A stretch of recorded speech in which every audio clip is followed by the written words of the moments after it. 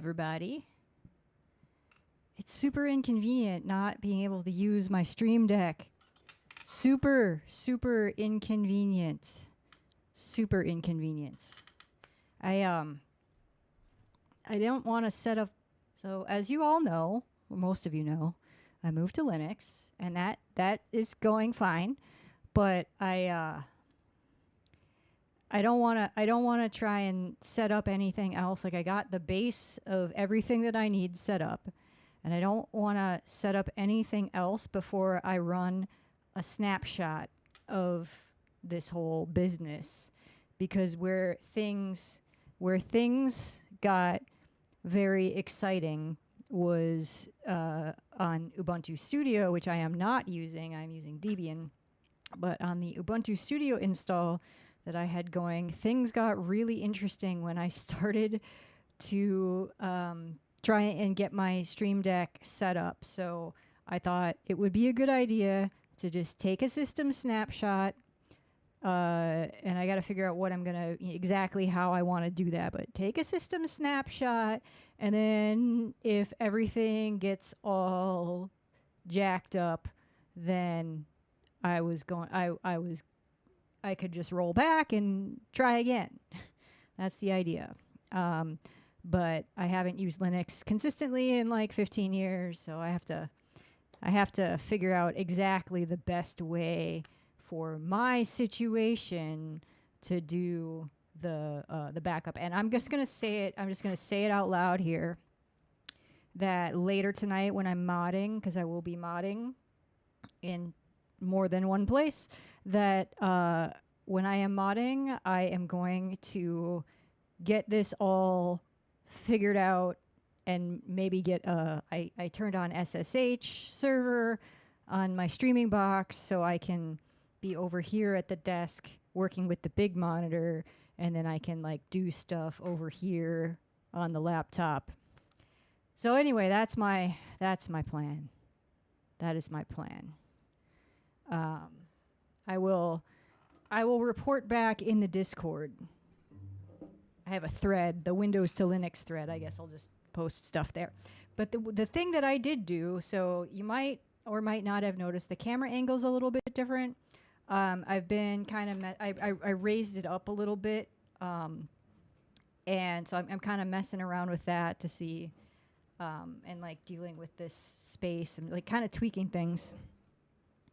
And then the other thing I did was I fixed some of my alerts, because the RAID alert in particular, like the on the screen over here, was ginormous and like super ginormous. And I was watching the stream back when Neilani Proctor raided, and it was like, whoa. So go follow Neilani.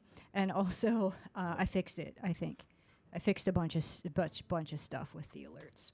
So anyway, that's the deal. That's the deal.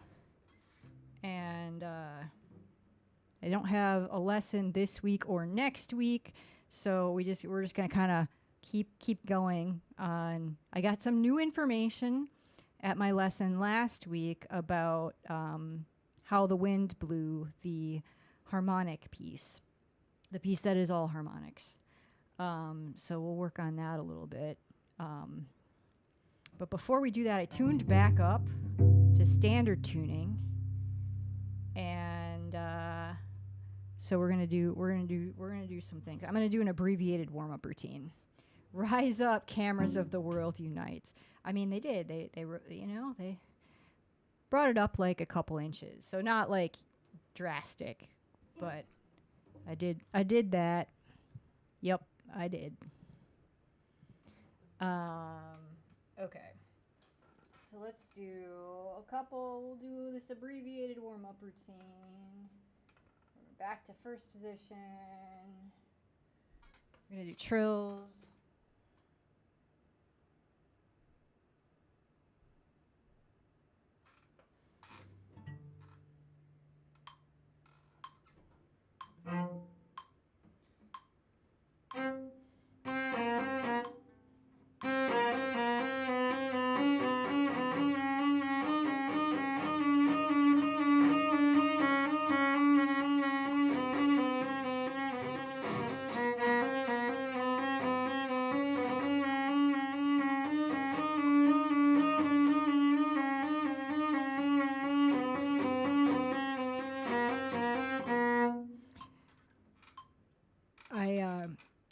need to get better on my up bow management. Specifically, I ran out of bow.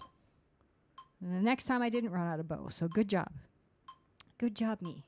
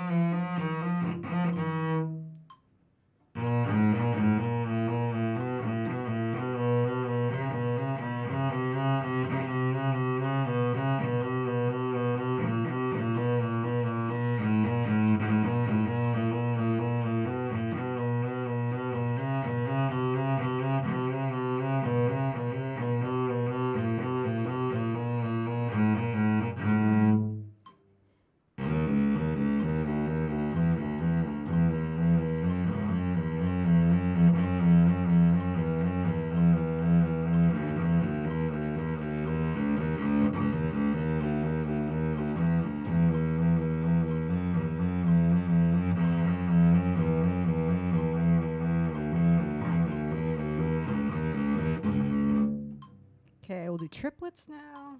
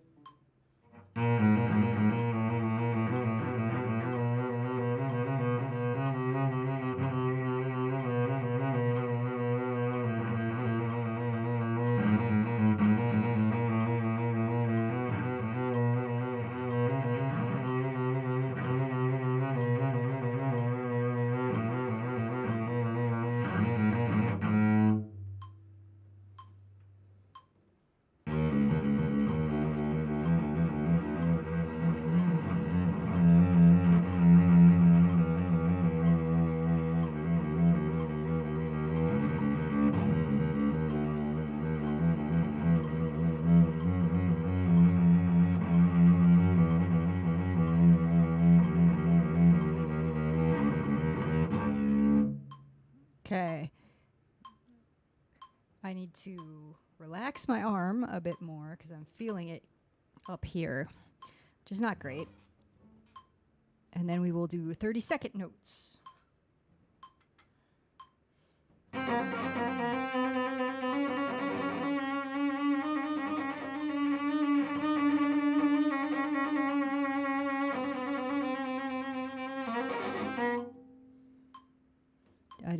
I didn't give myself enough time. We'll shake it out. Shake it out a little bit. Oh, and DCS Deep. I saw your notes about Dragon Con. And so DCS Deep asked me if I thought the attendance for Dragon Con would be like this year. What am I anticipating? I think it's probably going to be about close to the same. I feel like they capped 1 day memberships for the weekend, and I think that's probably for a while going to kind of keep the attendance sort of, or at least I don't know about the actual count, but I think that'll keep things a little bit more kind of consistent for a while. And like some people will probably buy weekend passes that aren't there for the whole weekend, like because they know the 1 day passes are capped. So I don't know. I don't think it's gonna change very much for a while, but we will see. Let's see. We were on the D string.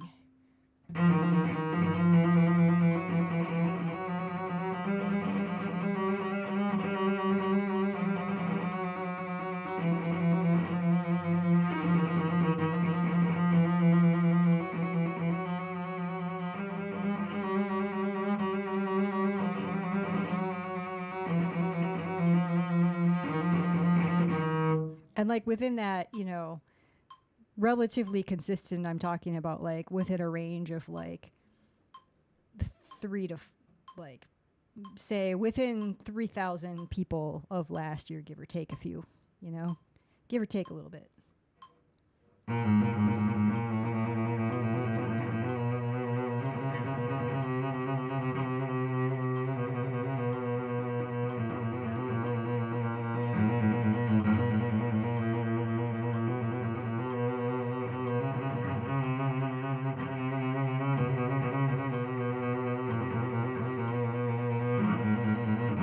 Yeah, Dragon Con numbers. That's my guess. Is I think it'll be. It's not. I don't think it's. I don't. I think it's gonna be. I think it'll be somewhere close to where it was last year. But you forget that I lived through the years. My first year was 2011, and there were like 31. I want to say like 30,000, 31,000 attendees, and it got up to like 2019 was like 80,000 ish, and I think it's been kind of in there.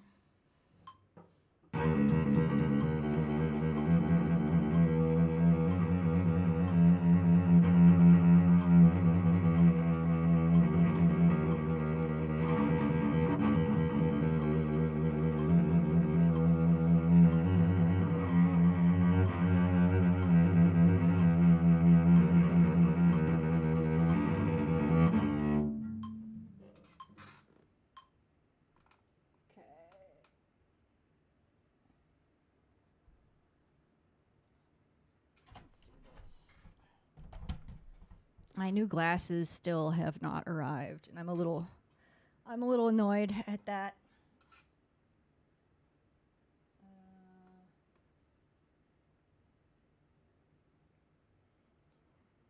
Because I was hoping that my new glasses would help me see the sheet music a little bit better. But that's okay, because I can make stuff bigger. It's fine. So this one, this is a finger twister.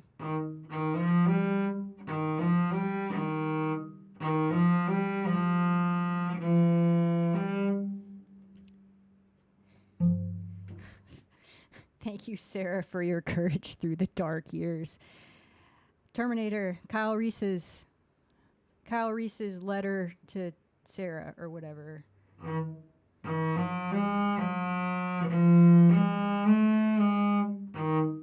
Okay, is that what we're doing? No, we're still flat there.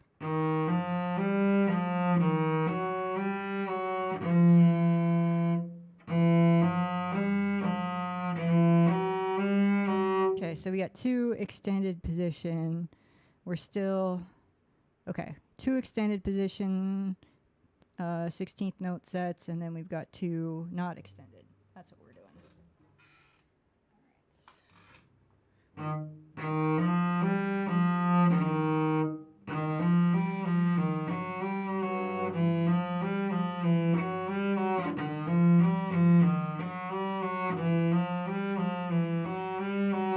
Okay, let's do this all in one bow.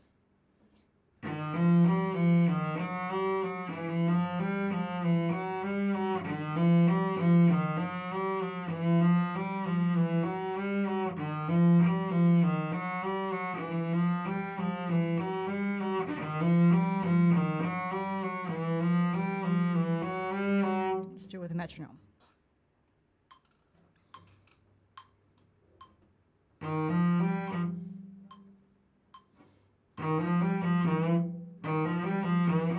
That's too fast. Let's drop that down.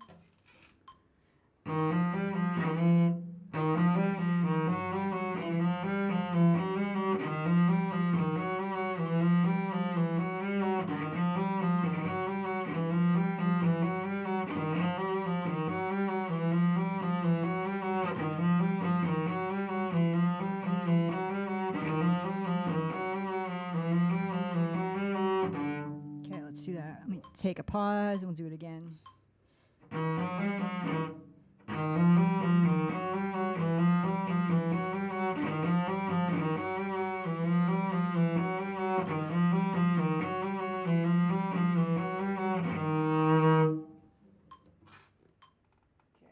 we will log that.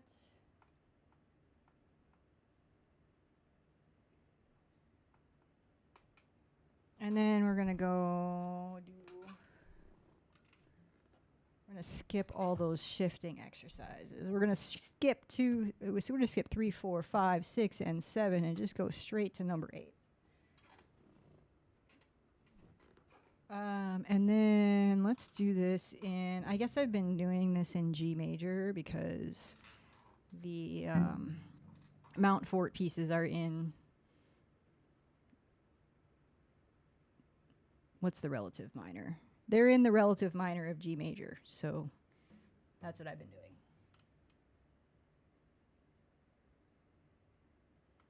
So let's get a G drone going, 'cause this is intonation.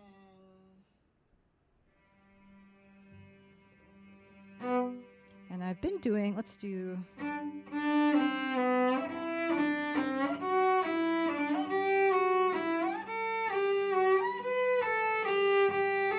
Oh, I forgot to start my thing. Let's start the thing.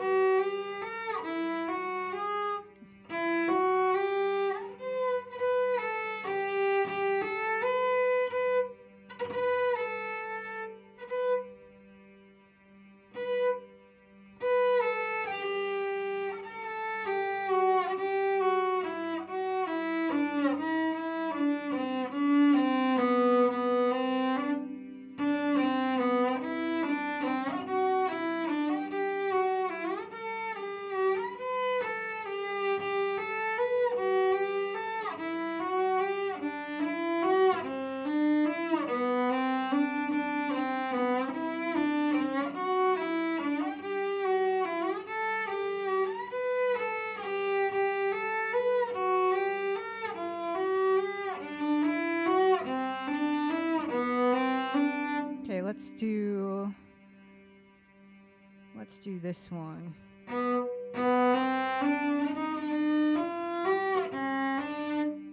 Hang on. This one takes me a little bit of thinking.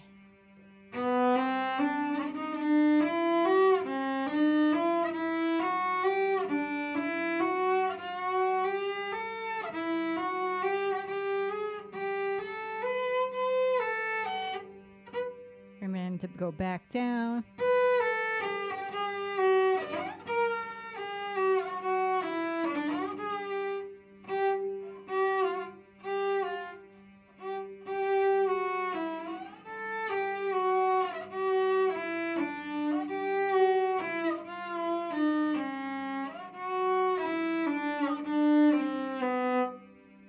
So what we're, this is just a different variation that I haven't done a lot of, so it's a little confusing. DCSD, I don't know what you're talking about, but I'm not talking about your teenage cousin. I think there's a joke in there that is flying totally over my head. What's up, Kingdom?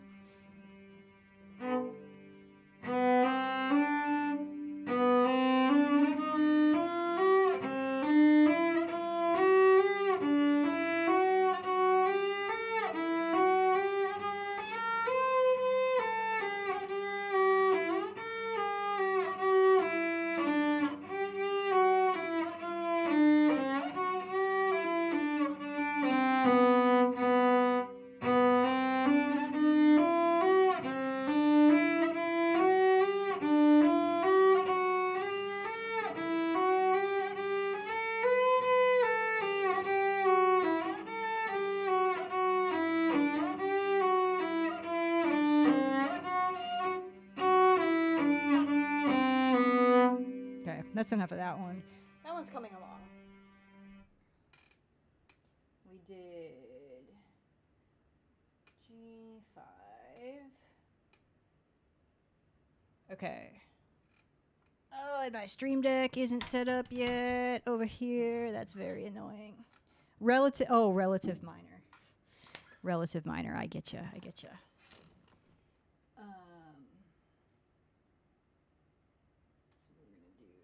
that. All right. So now we need the paper. We need the paper music, and we need the lights for the paper music.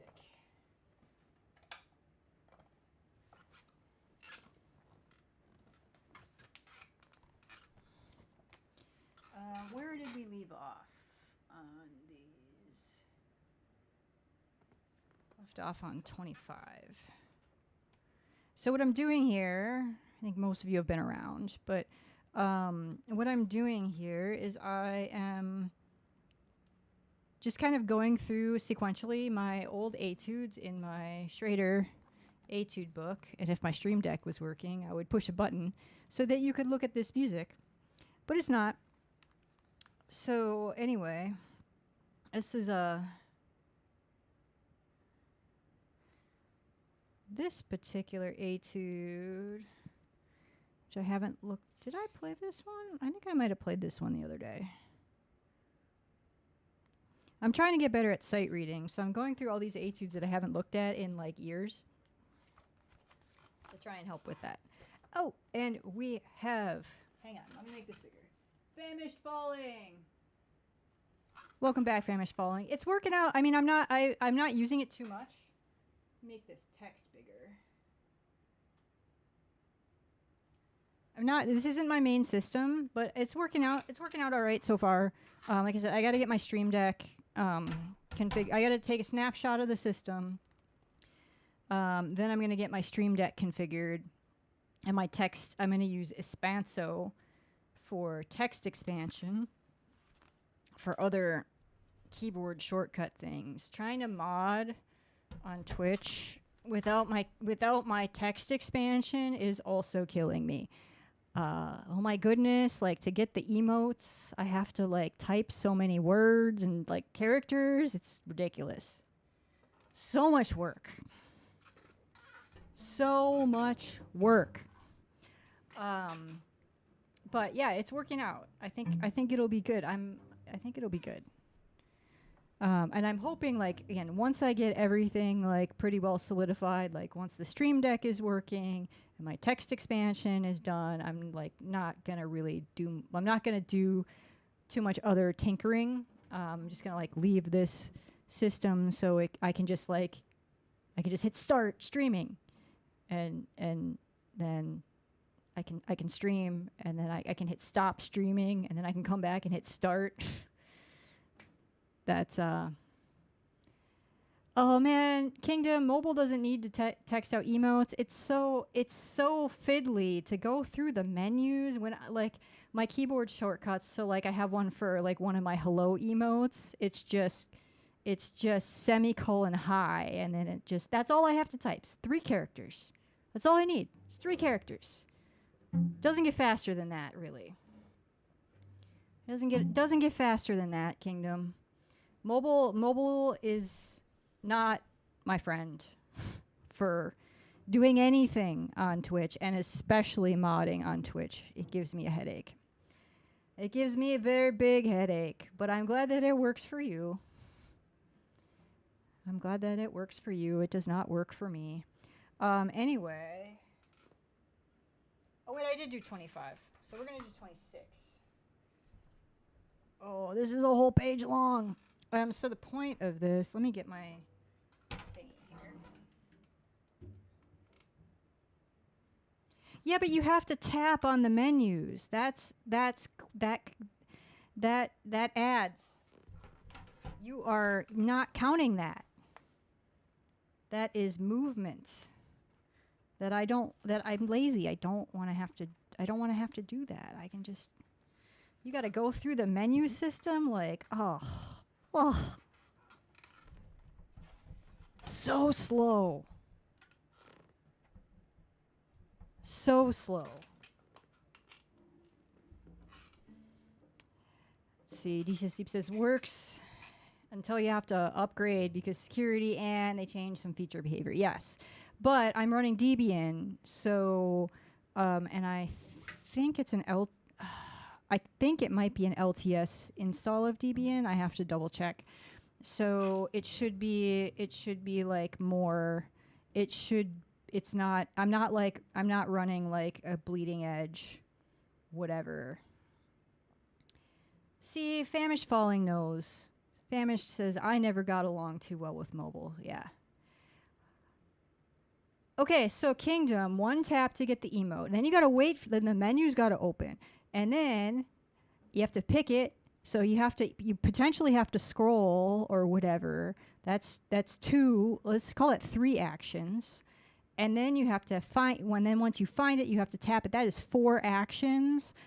Whereas if I'm on a keyboard with my fingers on the home row, I don't have to move my hand. This is why, and this is why people that use like VI or Emacs for their text editor, since we're talking Linux here, are very, very fast, because they don't have to move their hand. They don't have to they don't even have, everything's just right here. Right here. They don't have to use the mouse. They can just keyboard, and their fingers is very minimal movement and is very fast. See, Kingdom, can you even favorite emotes in the official Twitch mobile app? If you're going to start telling me about Frosty or other tools or whatever, out with you, Kingdom.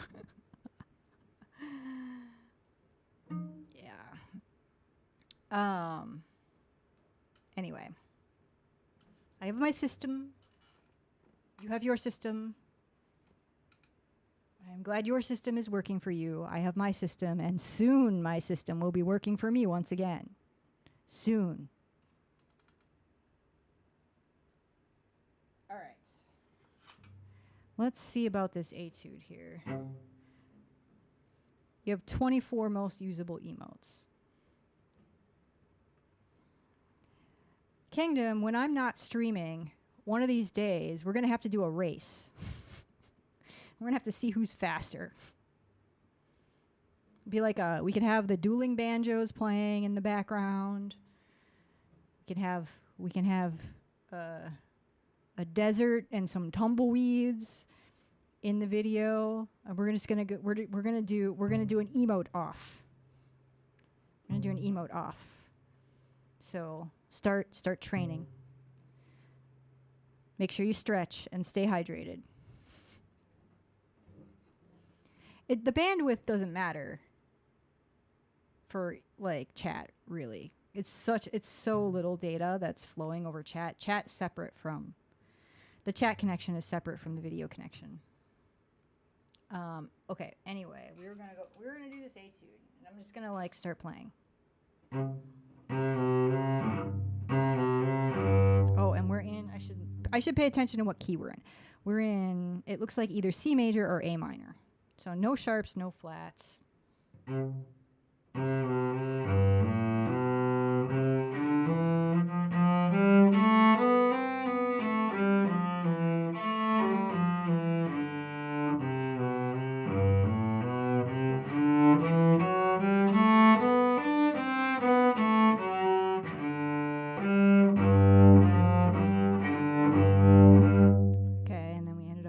Stroke here.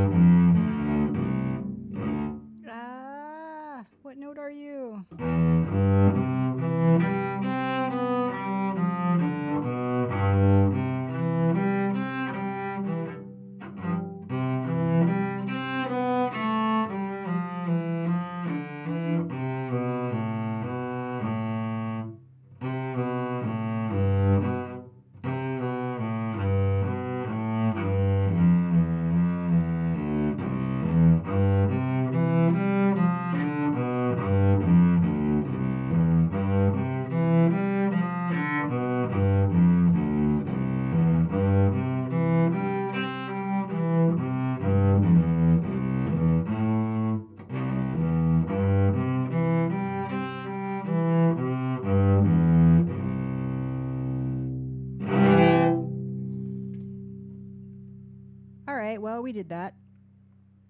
We did that.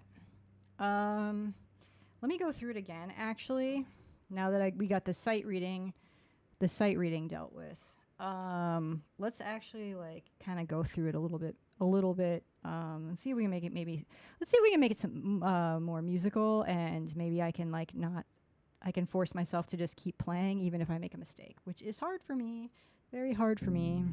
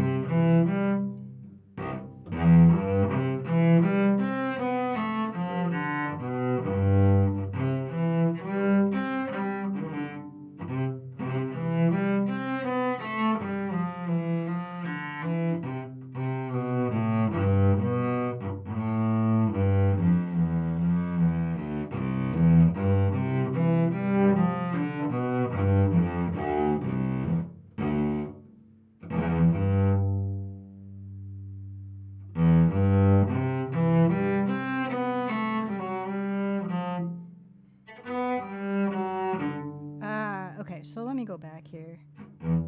So what we have here is the pattern changed. The pattern changed on me at a line change, and I was not looking far enough ahead, so I missed it. Yeah, if you stop playing when you have made a mistake, you made 2 mistakes. Yep, you're right. And it is very hard to force myself to keep playing because I want to go back and fix it.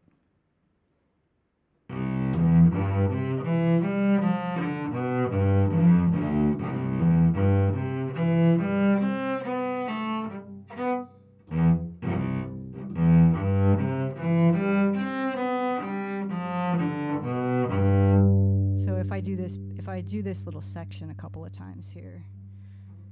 And so I'm switching gears now, right? Like I was trying to push through and just like performance mode and not stop, but I have switched gears into, okay, I'm going to learn this section, which is different. It's a different approach.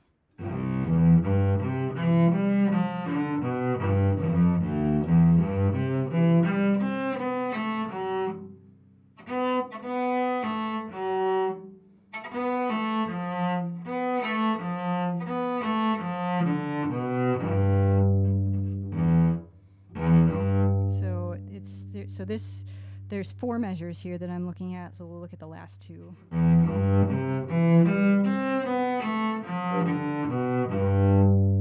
So that's the last 2.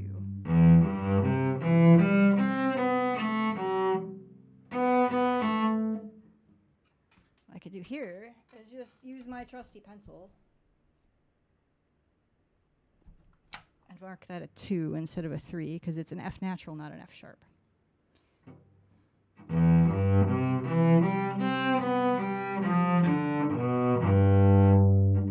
Probably should do the next note here.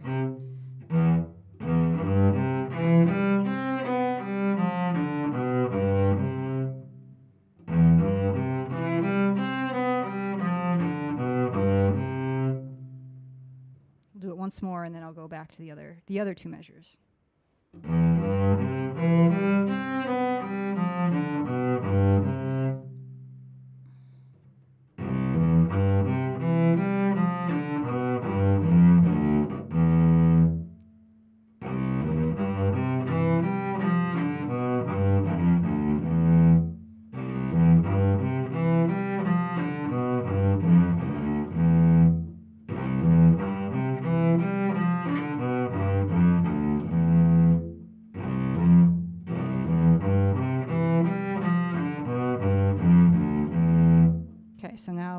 them together.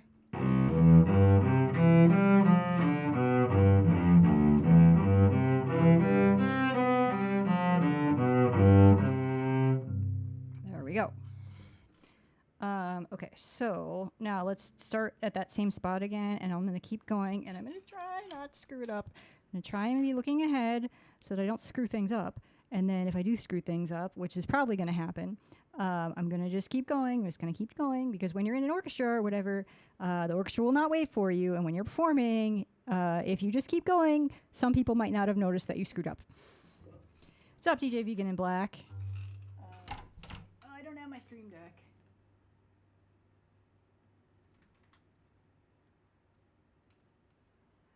DJ Vegan in Black is apparently pre-gaming here, because she's going to be streaming in a little bit. Oh, sorry. Here, but let's. I'm going to do this because I know you're not going to do it yourself, Cathedora. So go follow DJ Vegan in Black and go hang out over there when we're done here, and go follow Cathedora, because our mods are wonderful, basically. And Cathedora streams Minecraft mostly, not always, but a lot of Minecraft. Okay, so I said we were going to start here.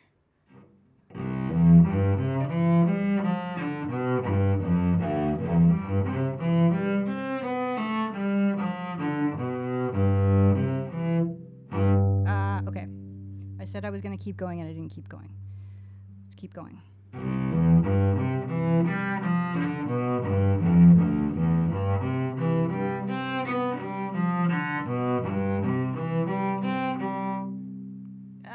That instinct to stop is so strong.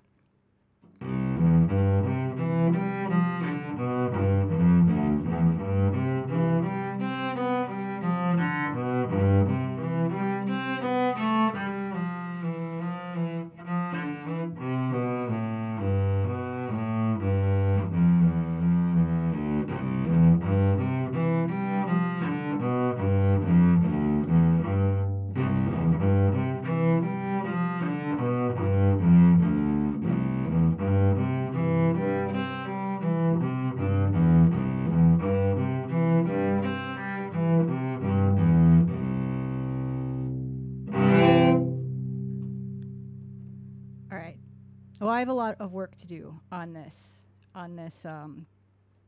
This whole, I mean, it's something I've been struggling with for a long time. Is just like, if I'm actually in performance mode, like, and not in like student mode. If I'm in student mode, if I'm in practice mode, I should be doing a short section, a measure, a half measure, maybe a little bit longer, maybe 2 measures, depending on what it is, and just focusing in on those. So if I make a mistake, I just finish the rep and then do another rep and correct it. But if I'm in performance mode, then it's because I'm not in that loop. You want to play through something, then I just need to push through. So it's definitely a mental thing. Caffeinated Linux, nice to see you. Okay. We're going to put this Etude away. We're going to put the paper away.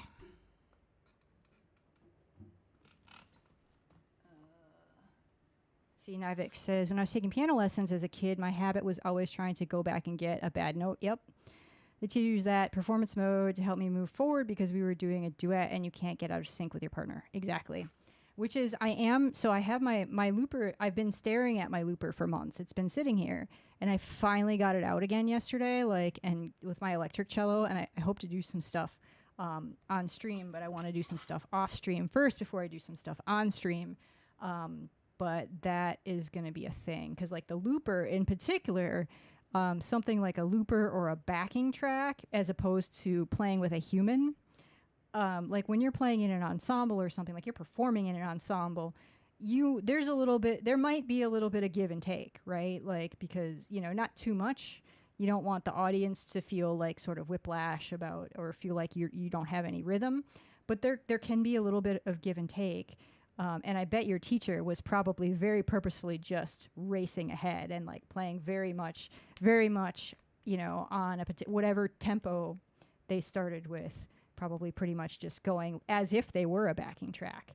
Yeah, when you're playing with a looper or a backing track or something that is actually, you know, very precisely, you know, with a very precise tempo and isn't going to slow down, they're not going to wait for you, especially if it's a recording. So I think it'll be good for different reasons. Got my tabby socks to use. I got the, I don't know if you can, I have my little toppers. I got my little pedal toppers.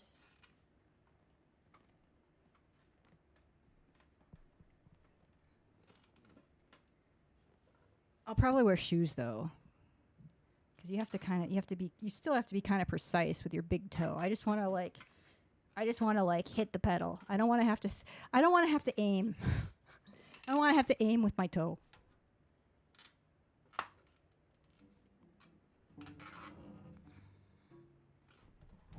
See, Nivek says the good news was we were playing at an old folks home, so they didn't care how bad we were. It's good that they appreciated you being there in the first place. I put my iPad out of reach. Okay. So, what were we doing? What did I say we were doing?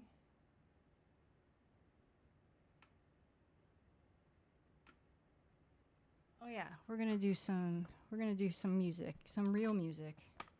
Imagine that.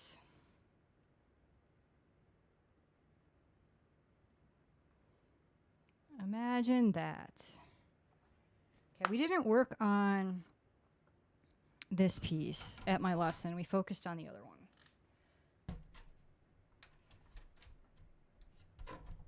Oh, we're gonna do that. Okay, so what section do we want to focus on? I think maybe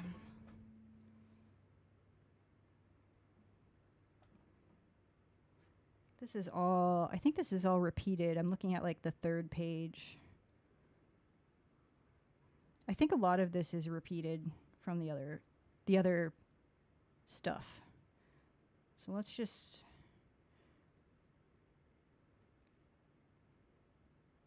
more intense. Okay, so we changed the dynamics, but a lot of this is repeated.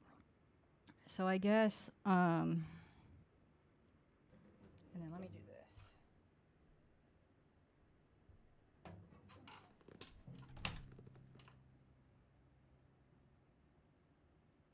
See if this works.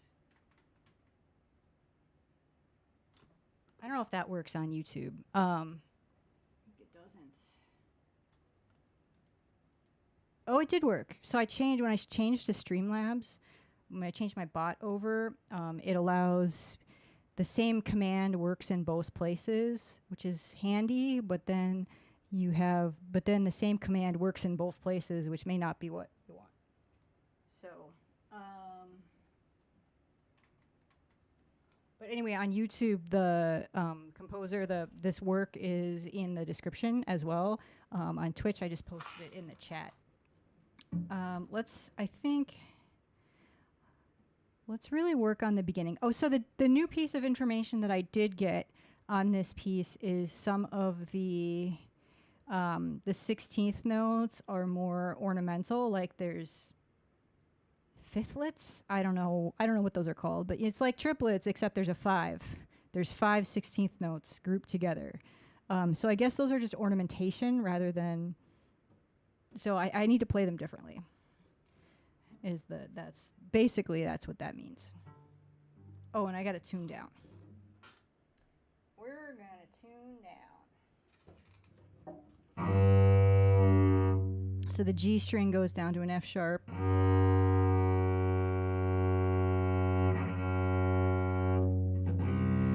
And the C string goes down to B.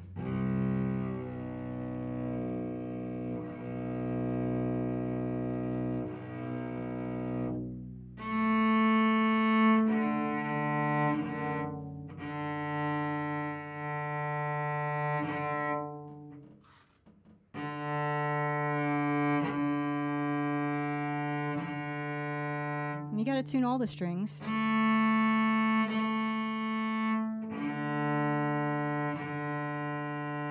Because all this stuff is connected. And things move around.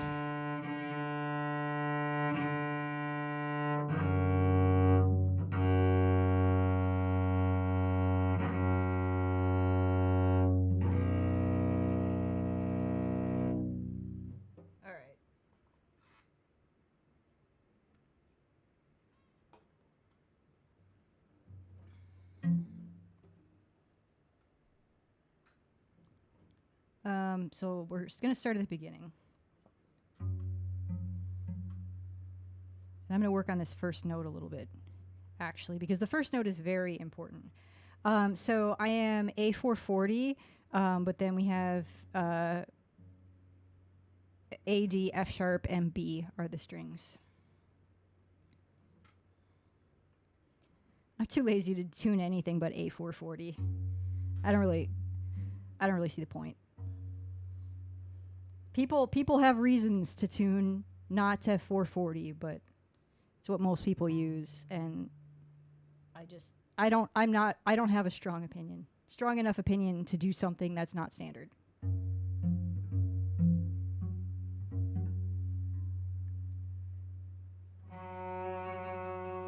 Oh, and this first note, my teacher suggested I use no vibrato to start the note and then introduce vibrato.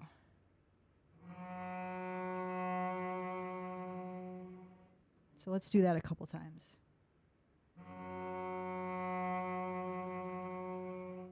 And he also said there are certain sections that are specified as flautendo, but he thinks all the quiet sections should be flautendo, at least a little bit.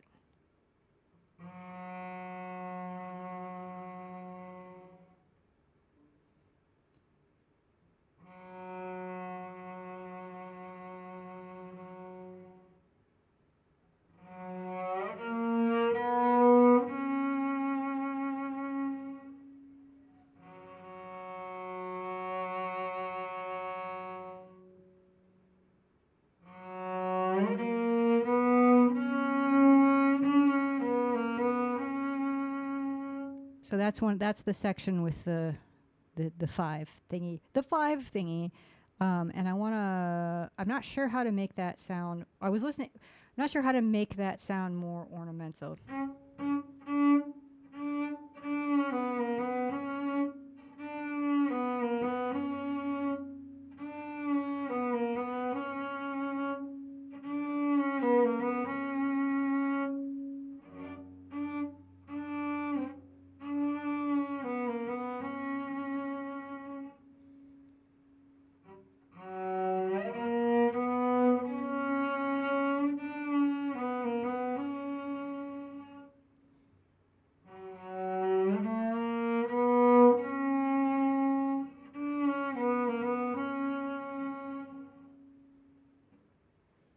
I need to go back and listen to how the composer does it.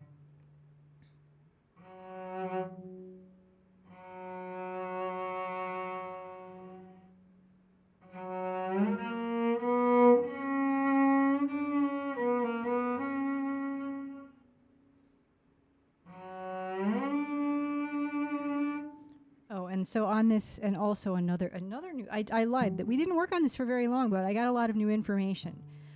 So for this on that D there.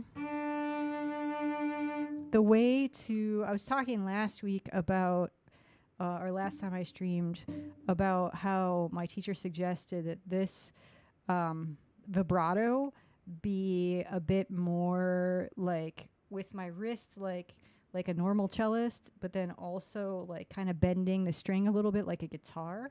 And the way that you do that actually is to have your finger on the side of the string. I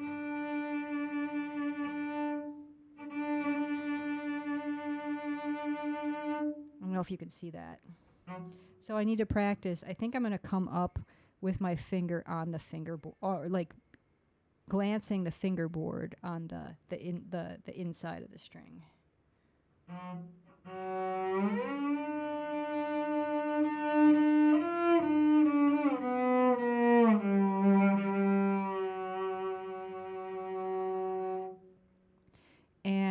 also want that to be more flautendo.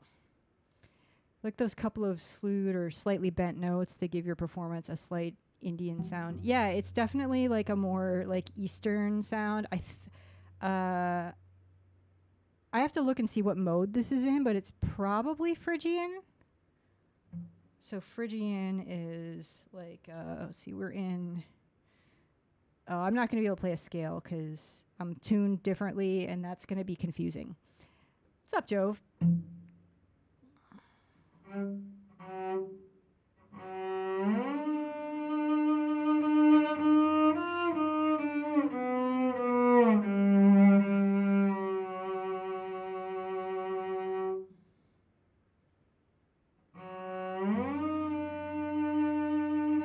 And then the nice thing about this note too is it's on the harmonic. So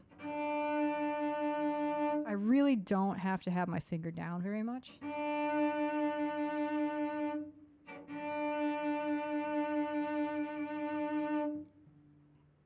Because it's a harmonic.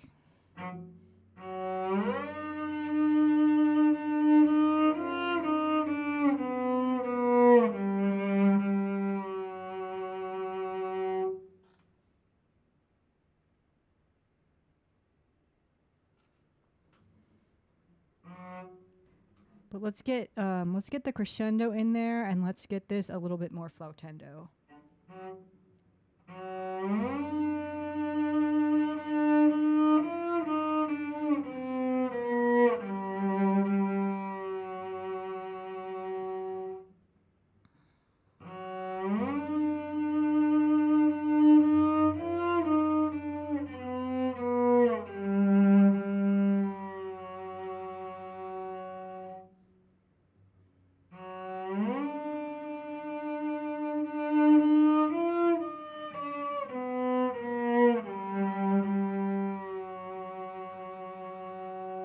So my bow needs to be a little bit up higher, as in like up the fingerboard to get a more flautendo sound.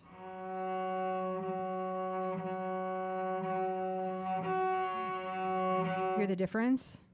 I'm not doing anything different with my hand, my left hand. That's closer to the bridge. That's over the fingerboard. It's a very different tone.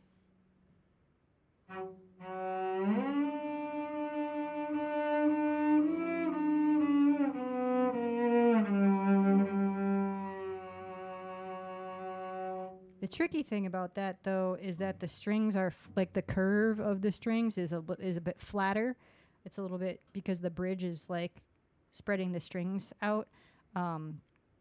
The sort of the angle between them is bigger, closer to the bridge than it is when you're up by the fingerboard. So you have to be a little bit more precise with your string crossings and not hitting the other strings.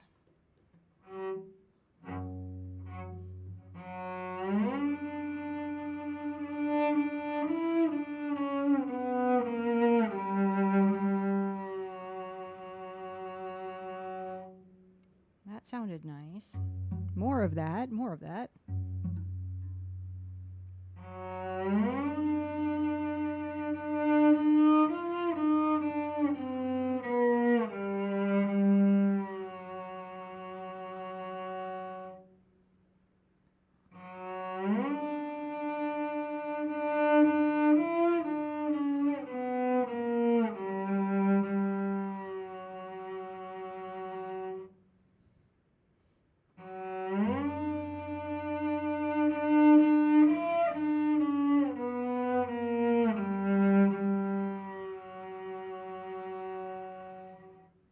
So let's do the whole beginning up to that point.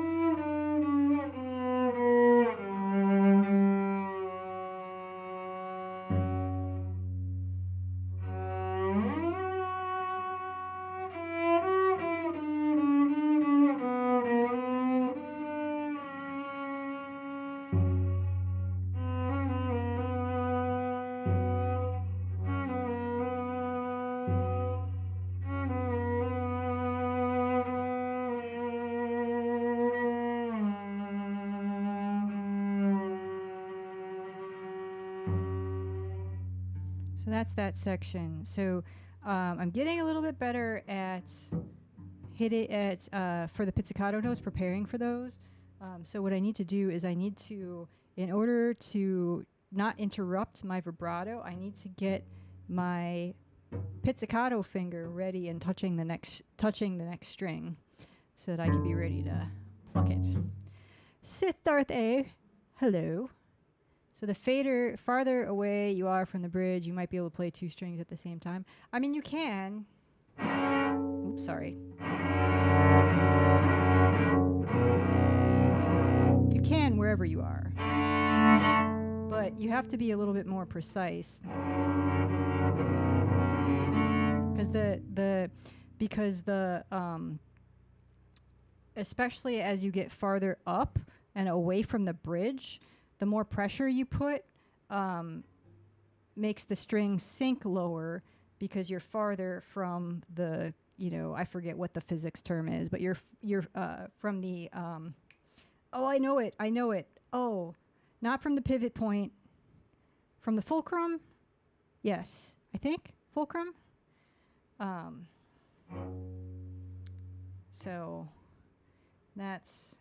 So like if you're going to be playing like a loud double stop piece, you're going to be closer to the bridge. Or like in the middle, kind of in the middle.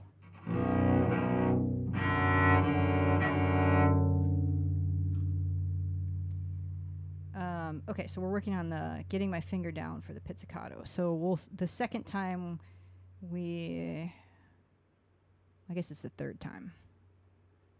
No, the second time we play this phrase. And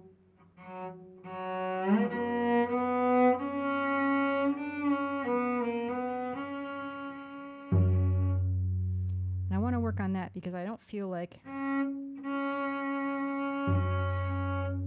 I'm stopping my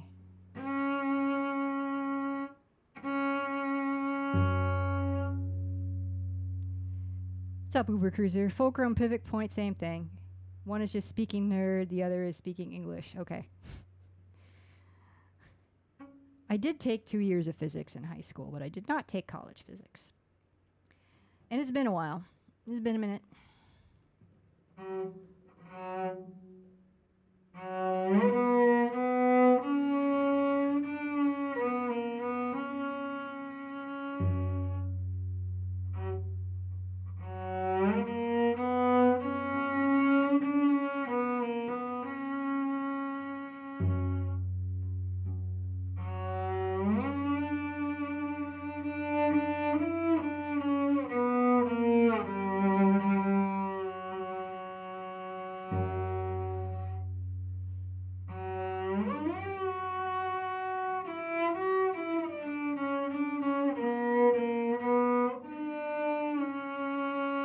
Totally the wrong fingerings there.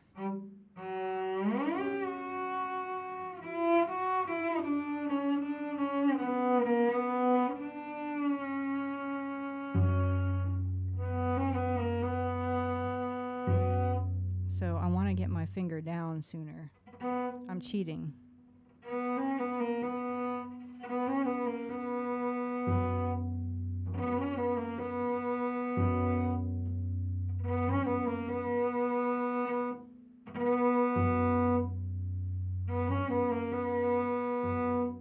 And I can probably play that a little more ornamenty.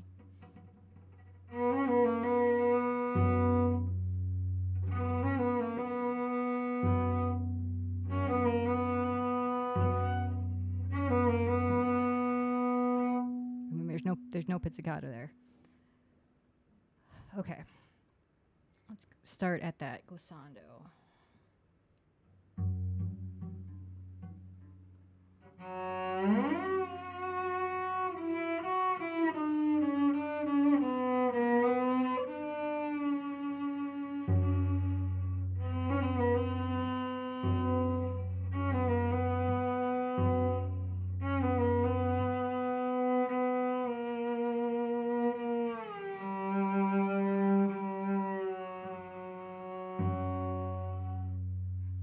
Let me go over to the A string.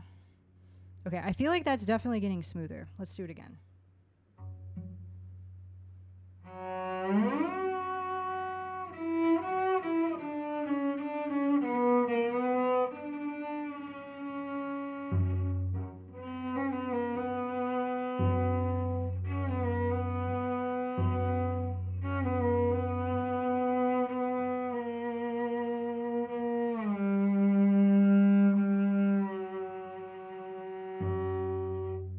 That is tricky when I have to.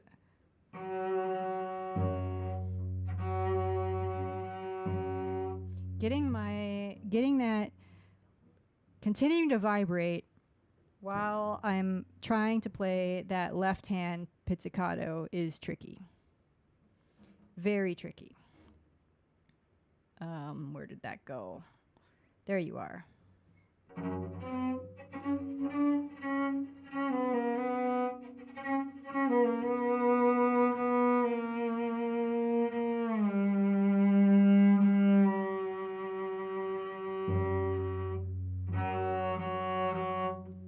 Okay, so we can probably just start.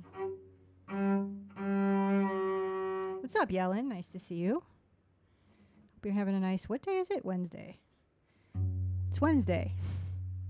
Unless you're in Australia or New Zealand and live in the future. And then I think it's Thursday. Yeah, it's Thursday already there.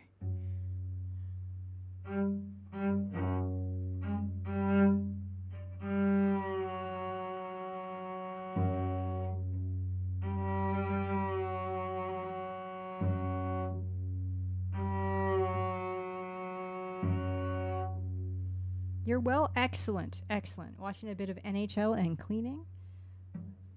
It's I know it's the playoffs. Who is playing? Which game are you watching? I'm bad at the hockey thing as someone that lives in Minnesota.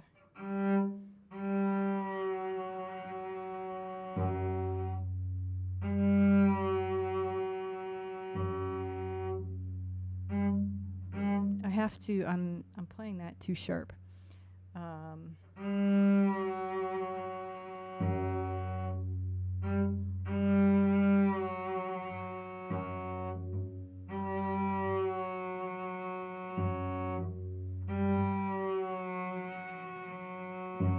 There it is. I feel what that's supposed to be like.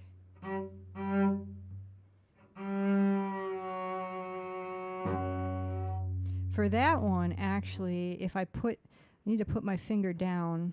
I need to put my second finger down on the pizzicato string, on the F sharp string, probably right when I play that G.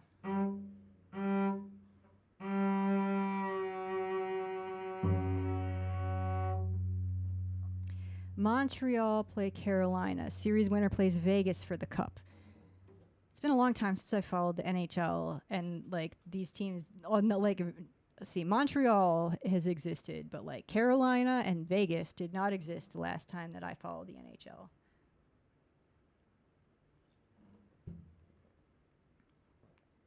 Famish Falling says F sharp with all the A sharp, C sharp sounds exotic. Yeah, I like these whatever mode this is in, or like these sort of like harmonic minor type sounds. I dig that a lot. Like a lot. See,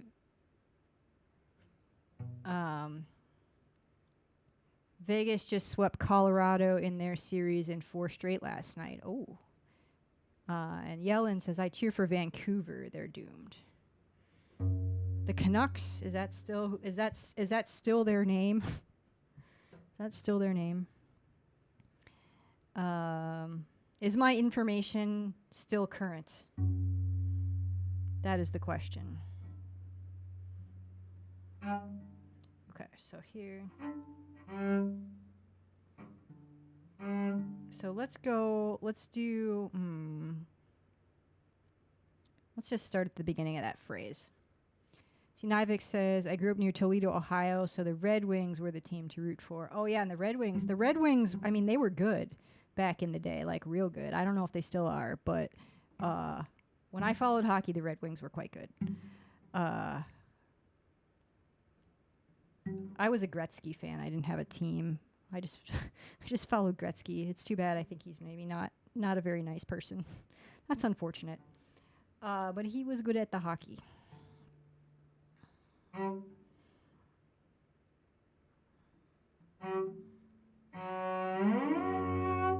that where we wanted to start? Yeah, I guess we'll start there.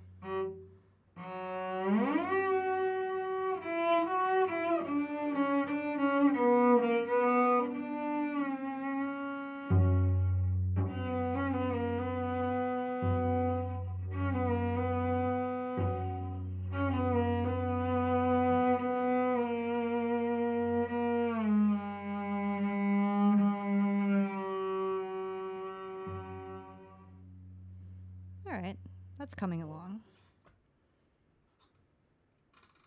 See, so Famish Falling says, so A sharp B, C sharp D, does that make it F sharp harmonic? So the key signature as written it looks like it's in C major or A minor. And then we consistently have accidentals written in, and that tells us that it's in a mode. But I can't music math. I need to like write stuff down. So I can't music math in my head like that yet. Something I'm working towards. So I have no idea. But it definitely sounds, 'cause like maybe I can do Phrygian, like a D Phrygian. I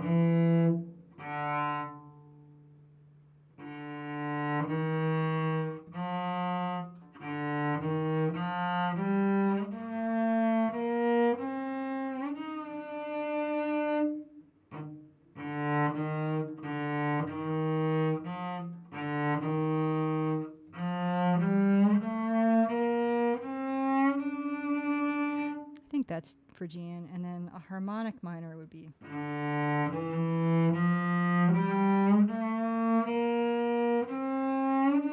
That's a natural minor.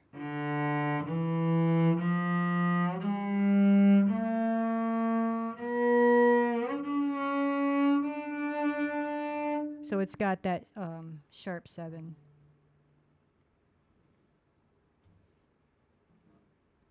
So here, then, if we've got 3, okay, so let's work this out. If it's in, let's just pretend it's in C major.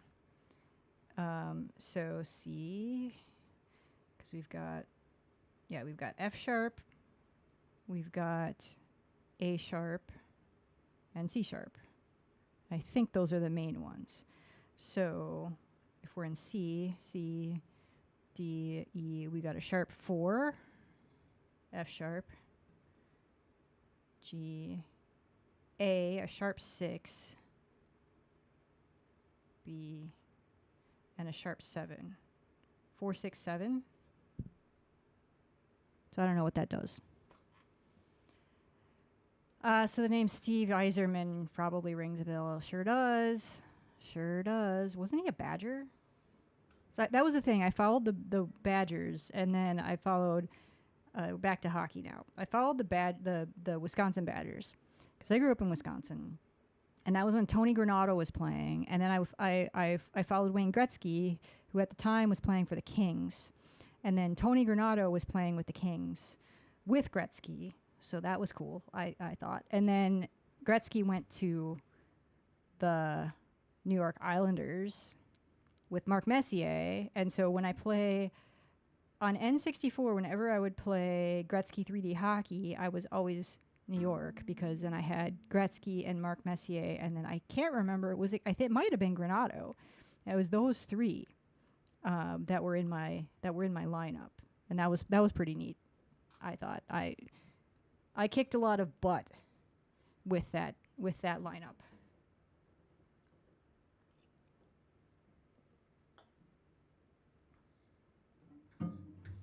Yeah, Famish Falling, if you do the math, the music math over on your end, more so than you already have, if you can please report back. But I can't do that in my head. I need to look stuff up, and I would need to look stuff up and write things down.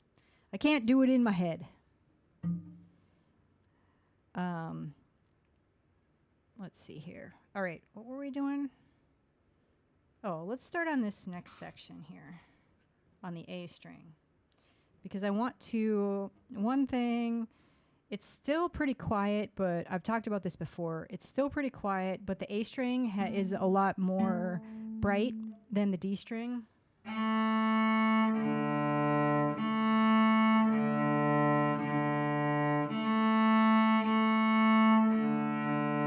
I'm trying to use my bow exactly the same for both strings. You can hear that the A string is, it's sharper, not in the sense of sharp versus flat, like tone, but sharper in the sense that it is sharper or brighter to your ear. Not a music nerd fail, just like it's a particular skill that I'm working on developing, and I know I'm working on developing. I know I'm not at that level yet that I can do this in my head. Famish Falling says I ain't educated in theory enough to know. It's close enough. It's harmonic minor-y sounding. Well, actually, so if we had an A harmonic, let me play it.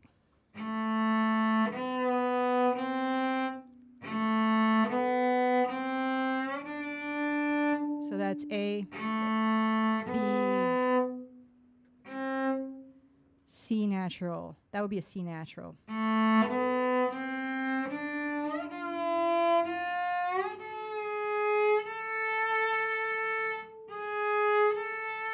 And then we would have a G sharp.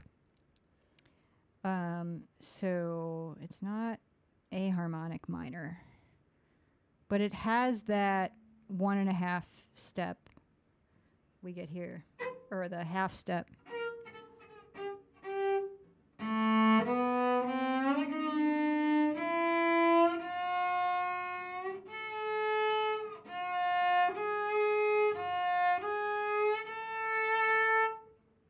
We have that somewhere. And I think that's what we're both hearing. But anyway, so this A stuff on the A string, I need to make sure that it doesn't stick out.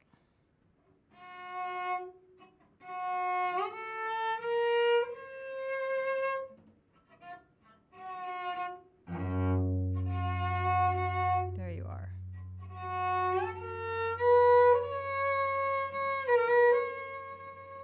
And then that we want to do an up bow there. And then we have,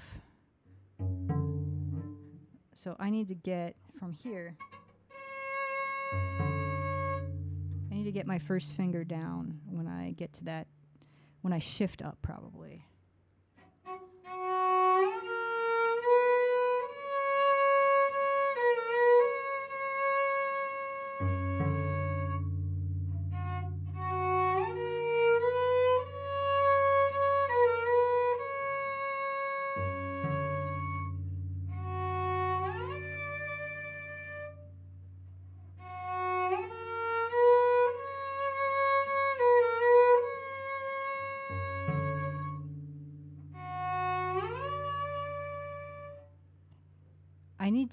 I don't want to, I have to listen to the recording and see how Helen Mountfort does this, but I think I am dropping that C sharp.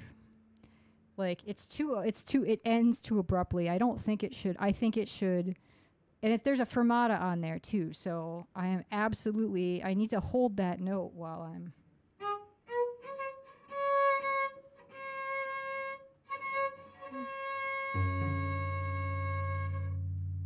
And I want to make it interesting. I don't.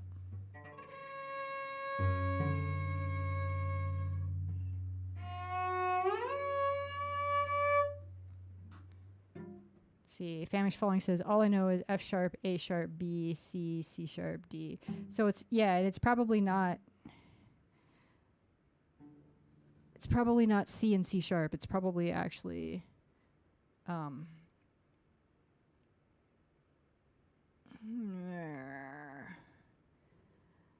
because usually we don't have two of the same, like you don't have B and B flat or C and C sharp. One of them will be like, it's probably a D flat, and it's either in there, it's probably one of the other ones. But we have sharps in here. So there's probably not a C. There's not a C, actually. I think these are all C sharps. Just kind of glancing to see if I see any regular C's, which is hard because no, we are in treble clef here. Yeah. I don't think we have any C naturals. And there are no flats.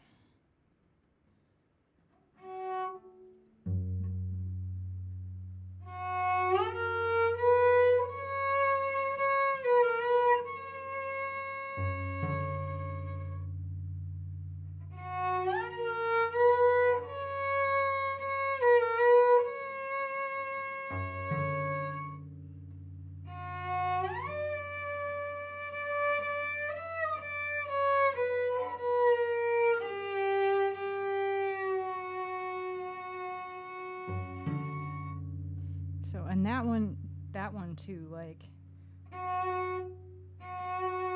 the vibrato, to keep the vibrato going.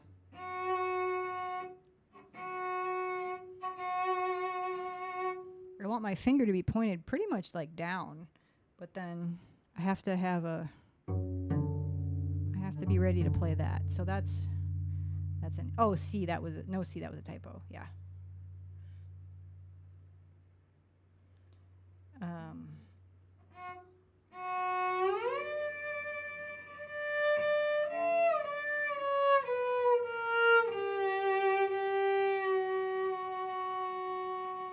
See, and now I'm stopping my vibrato, which I don't want to do because that's icky. You're hearing just those 5 notes. I mean, they are the main notes. They are definitely kind of the main notes, and I think the intention is that they are prominent.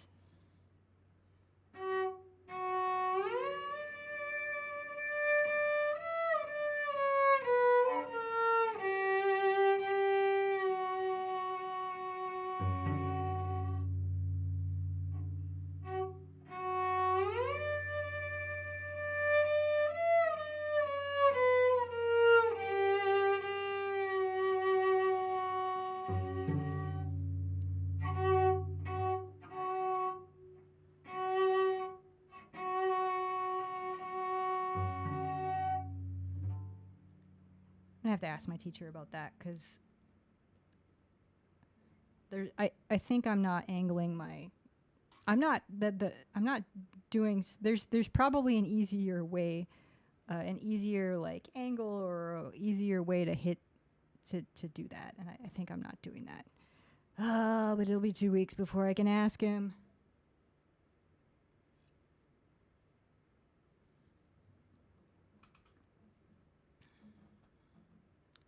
No, we don't want that. Okay, so let's, so this next, the next bit of this is the same as the other stuff. So let me just play this next section. It says urgently. It's the same thing, I believe. Yeah, it's the same thing, but I just want to play it differently. I'm not sure what playing urgently is going to mean in practice, but that's what we're going to figure out.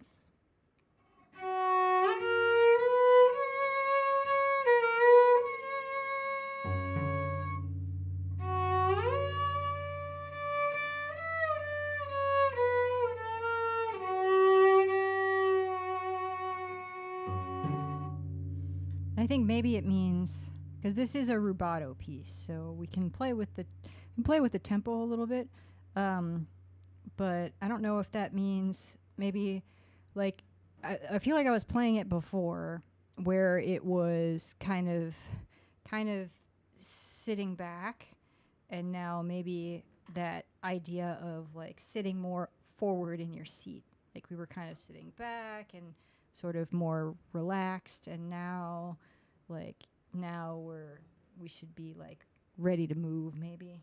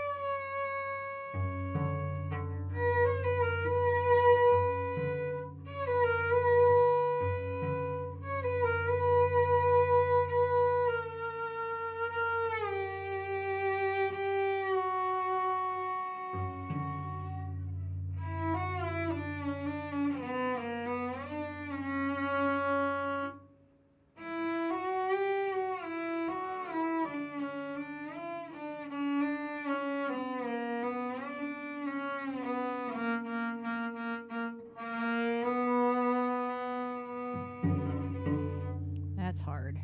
Let's work on that for a little bit. And then we're going to go on to the other piece. Let's just start from here.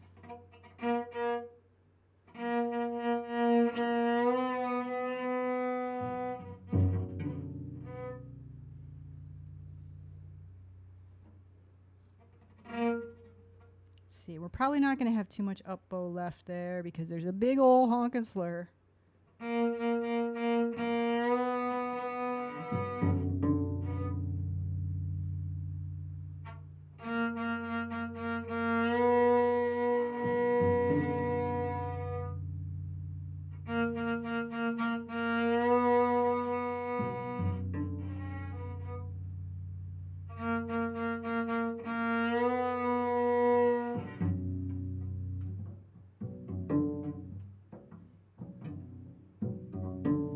Left-hand pizzicato so hard when especially when you don't practice it very often.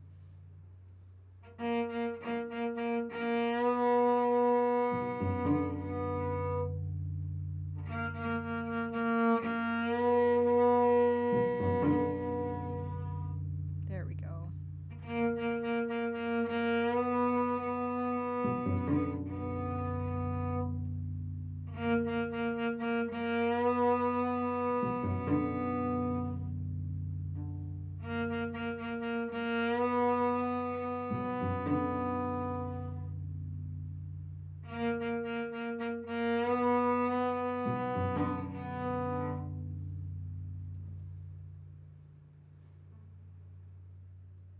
Okay, that's getting better.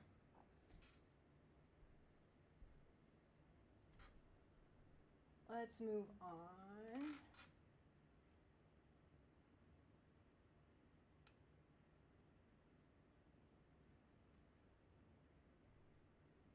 To How the Wind Blew.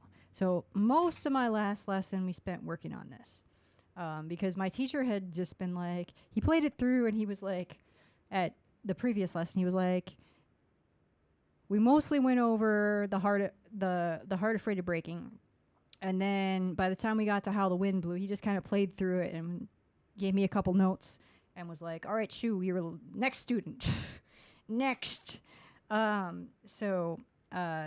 But the bowing in here, so I haven't worked on the bowing on stream. And the bowing is hard for me. Let's see. Oh, see, going back to hockey. Nivek says Yzerman was the captain of the Red Wings. He's now their manager, apparently. Okay, yeah. I knew that name. That name definitely rang a bell. Not sure if it rang a bell from Gretzky 3D hockey or if it rang a bell from watching games here and there.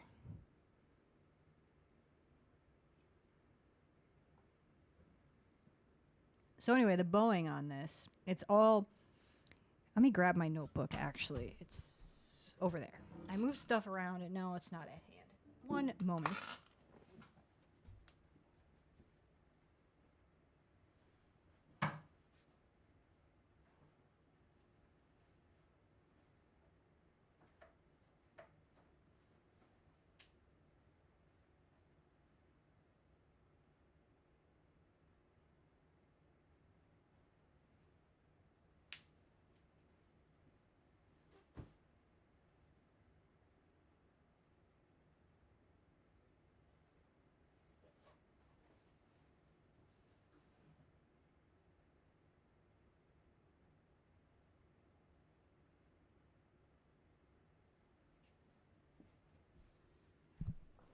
It's not over there.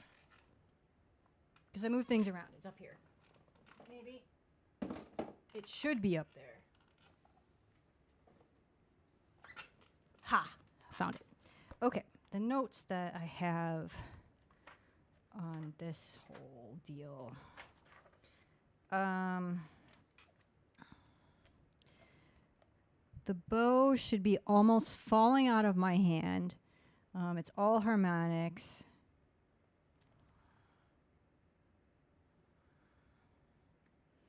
There's a thing that I have to use my thumb for.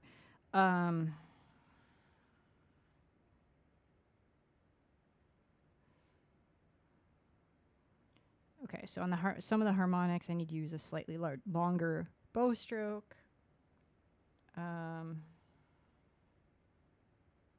Okay, well.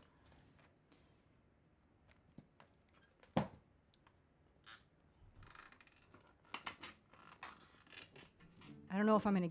I'm still not getting this, but what the? Oops, not this one. I'm gonna change that. So.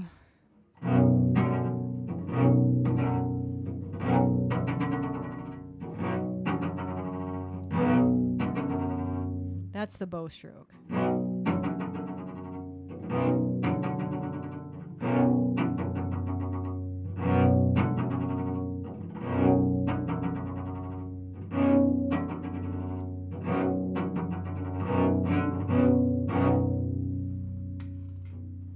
And this is an up bow.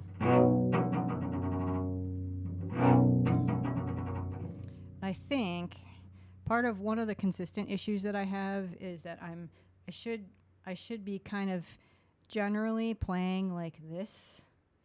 You know, like a dog up on their hind legs or whatever. And I don't do that very well. So, but I think if I focus on doing that, the bowing comes a little bit easier. Because I am dropping the bow on the string.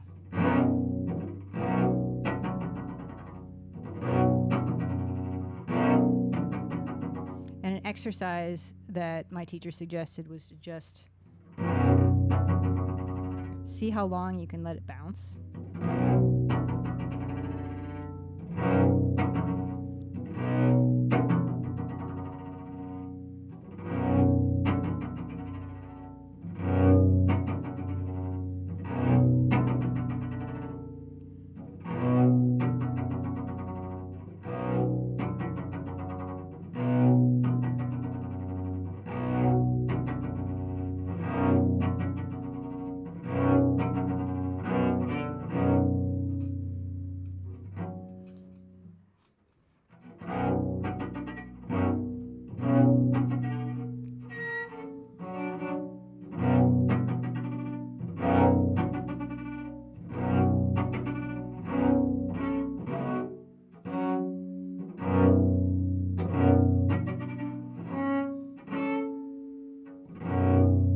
Actual notes without doing the bowing.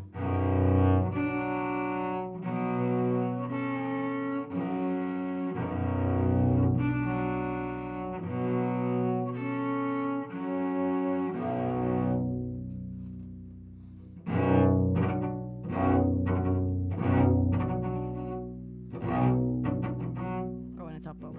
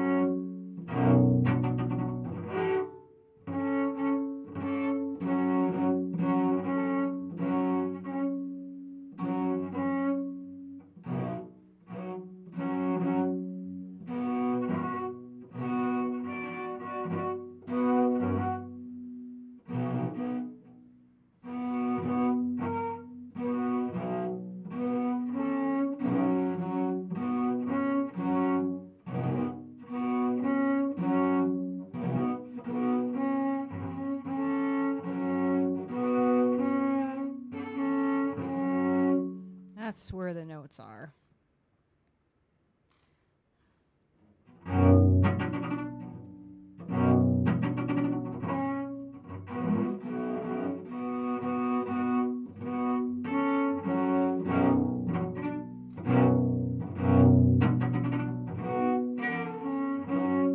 I think those might be threes there, based on other changes that, or other fingerings I got.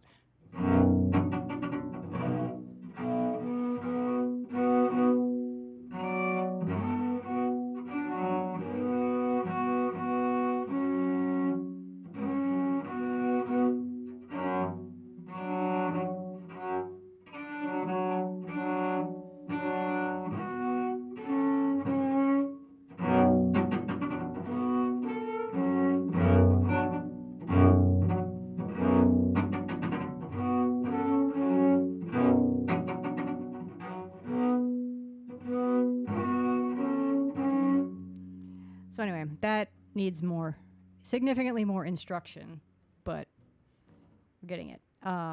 Okay, so got new fingering for this part. And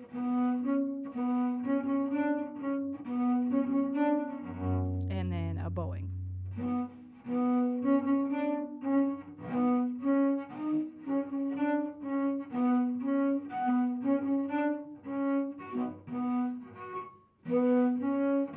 What's up, Whammy?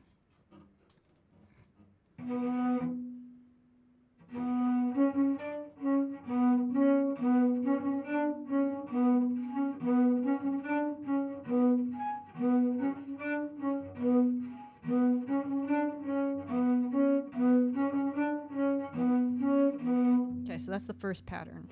And then the second pattern is...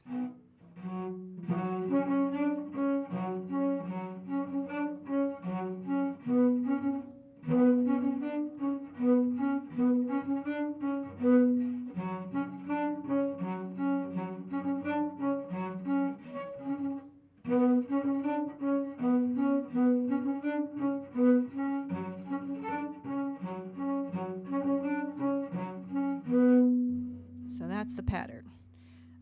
So we do that. We change twice. So we do this twice, basically. We do the whole pattern twice. Where?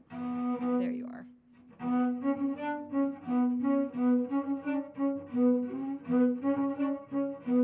Wait a minute.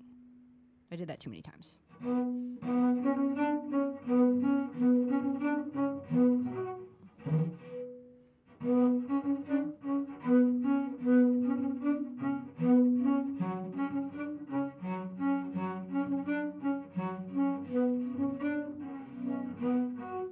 So I'm having trouble here.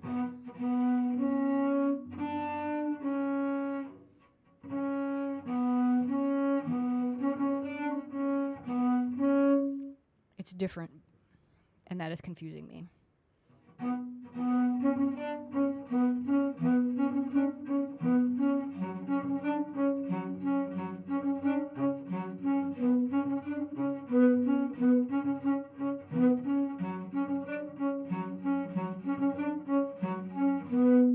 So that was right. Let's do it again.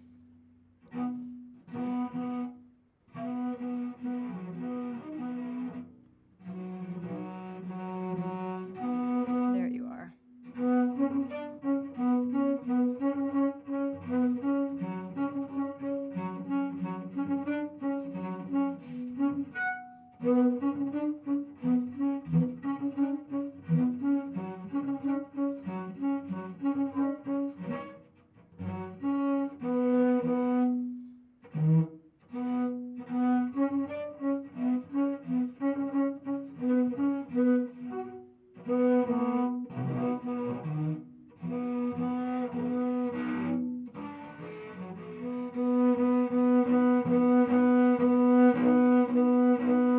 Difficult harmonic to get sounding nice. That is something to work on.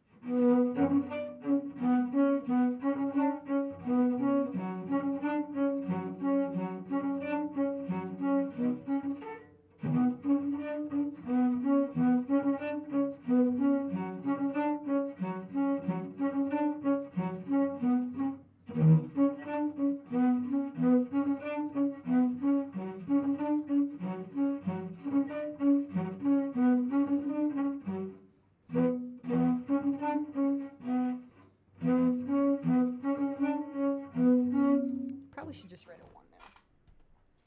Every time it happens, I should just write it down. Okay, so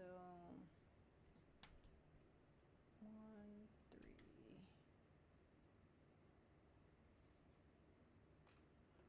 Maybe just that one reminder will be okay. Okay, then we do the beginning part again. Then we do...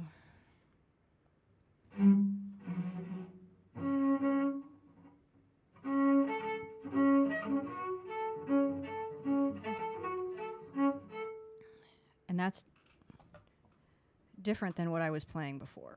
Different fingering.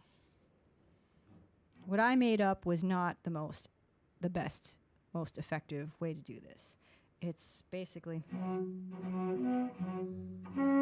I can bar a lot of notes.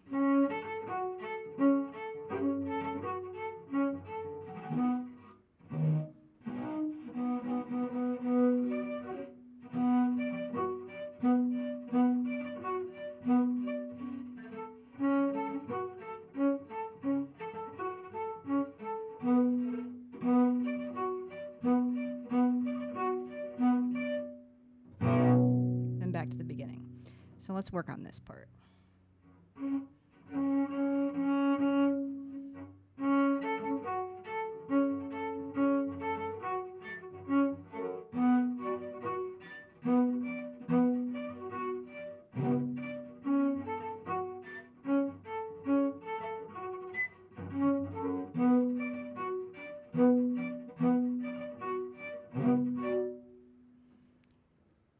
See, Whammy says, have you tried the bow on the guitar? No, Whammy, no.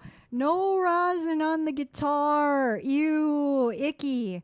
Icky poo. No. Ew. No rosin on the guitar. You see this? You see how yucky that is down there? It's all sticky. It's all sticky. I saw Sigur Rós, I think it was, had the guitarist for Sigur Rós plays with a bow sometimes, and I paid, it was like a ticketed live stream that I watched, and he definitely has a guitar that he keeps. He has his rosin guitar, like it was clear, like there was rosin all over it. He switched guitars when he brought the bow out. And like I would have to have a separate guitar for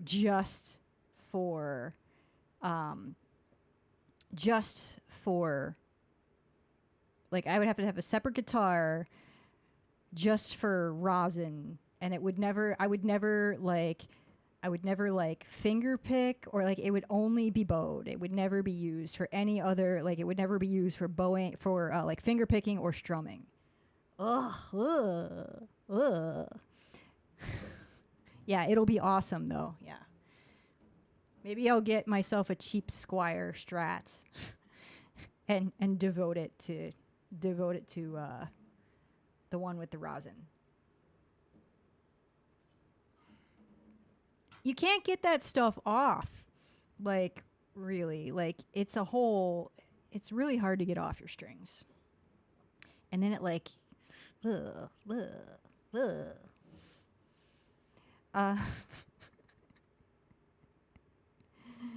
I appreciate your thinking outside the box, though, Whammy.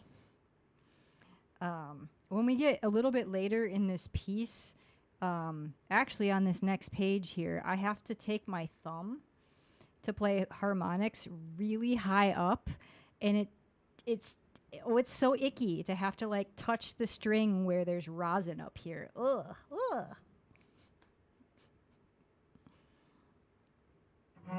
Just like go to a music store that has violins or something, and like see one that's been like maybe like a student violin or something that somebody's played, and like, ugh, ick.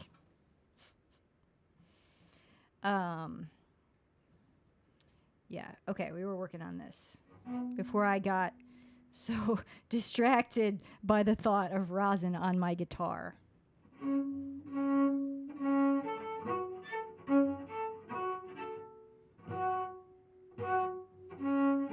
the thing that's a little confusing is like with the harmonics, if I'm in the upper half of the string versus like the lower half of the string, or you know how I'm defining them.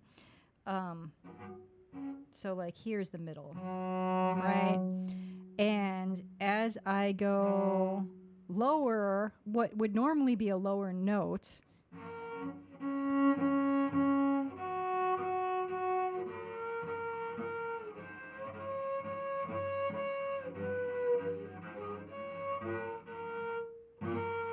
it gets higher. It's backwards.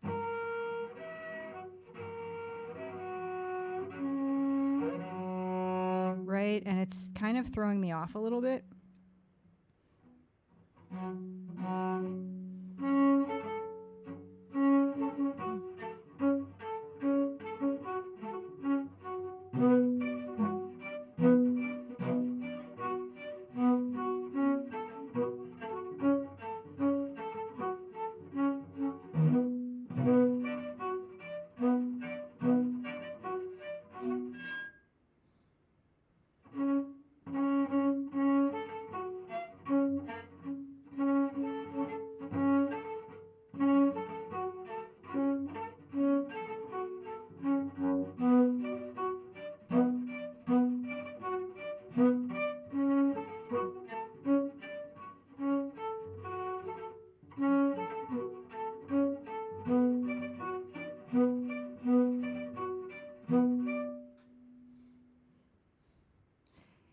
Oh no, whammy. I may or may not have Cheeto dust all over my strings. Whammy. I like Cheetos, but Cheeto dust. Whammy says, totally harmonics are a little confusing to me. I use them here and there, mostly happy accidents. Yeah, I just gotta like, when I'm like, I'm not necessarily, like my brain is expecting the tone that I'm playing to be lower than the previous note. Like I'm looking at the sheet music, and the sheet music is basically telling me where I put my finger, but the tone doesn't match what the sheet music looks like. So it's a little bit messing with me, kind of like in the background.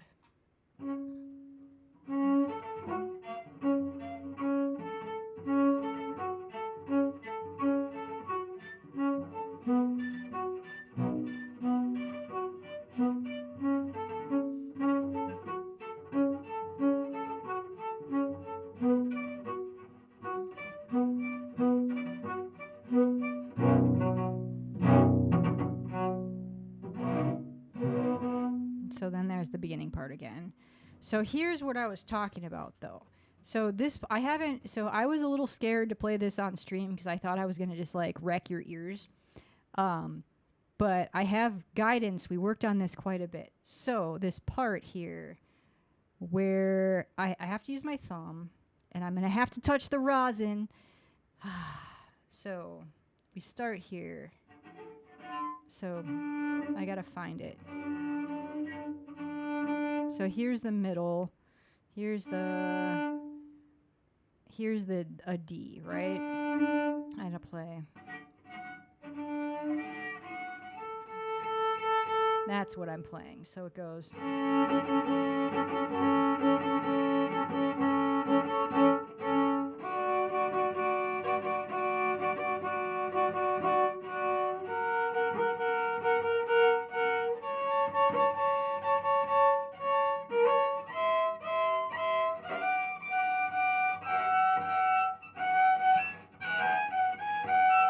I think that's where it ends. So we're going just like up progressively to the next harmonic, the next like solid harmonic. So that part actually ends on. We're in treble clef. I'm doing the musical equivalent of counting on my fingers here. So we play.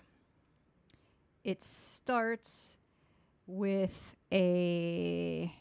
So we start with an. Just on the, I'm just going to do the D string. We start on an A. So like you're just like your A string on a violin. So it's the second line or the second space from the bottom. Then we have a D. Then we have an F sharp.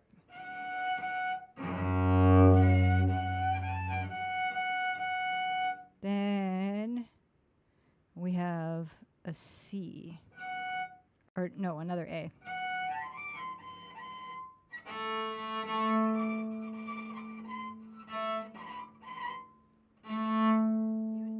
No.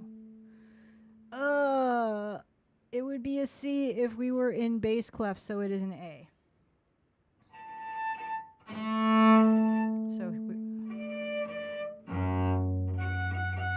So we have an F sharp, an A, and then we have a B. Wait. Yeah, F sharp, A. Oh, then we go up. Then we go up. So many ledger lines. So we are above ledger lines above the staff right now. Even when I play violin, I have to count a little bit here. So we go from F sharp to an A to a C to a D. Let me just write this. We got F sharp.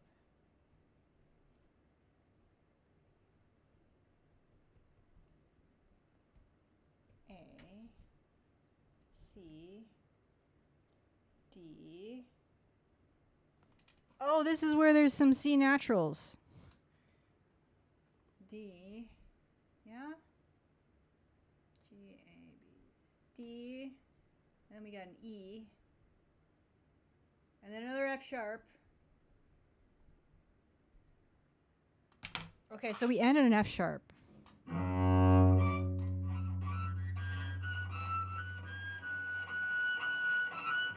I think it's here.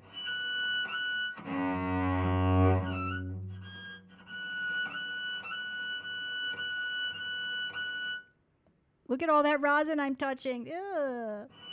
And then we got to go on both strings.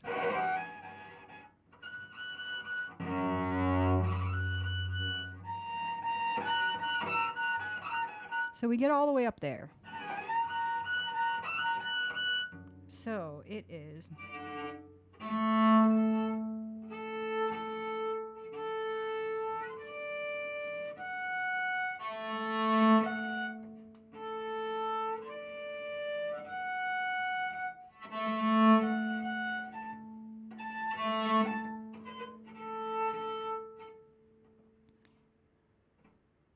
Oh, wait, I didn't write that down. That's a D.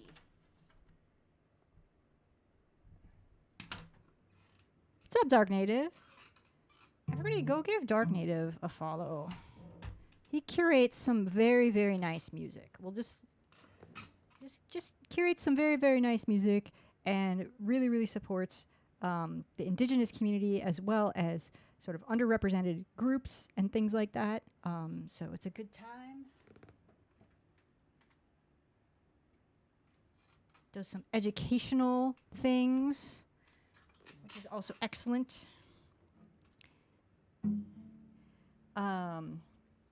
Yeah, so here, so our notes are.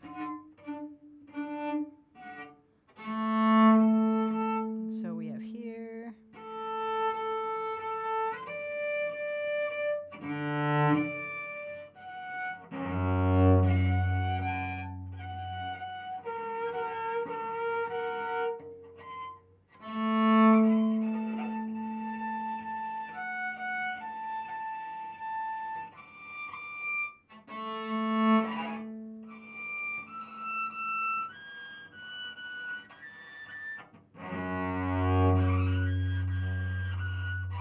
Overshot that.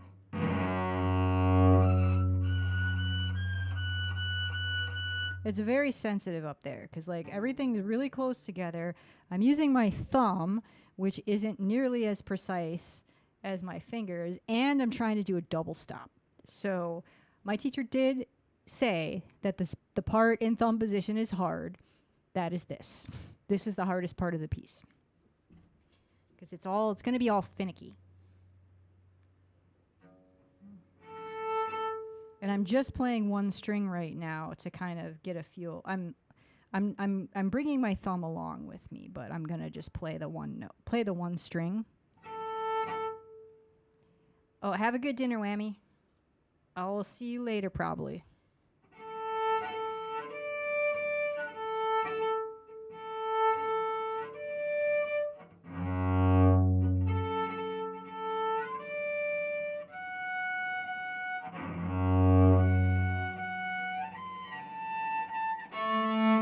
I'm checking the tones here. Where did it go? I lost it.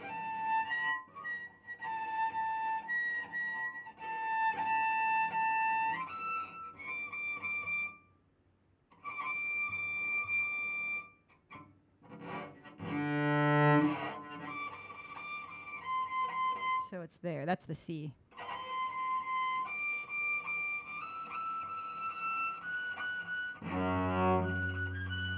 That's where it is.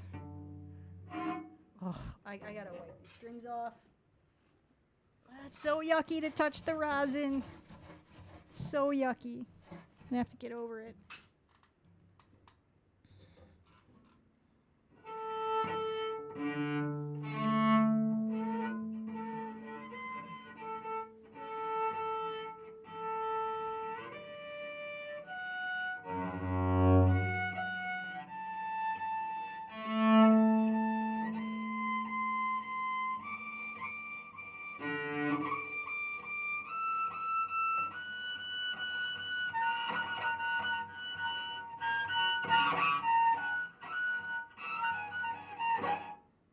So that's what we do. And then we get to go.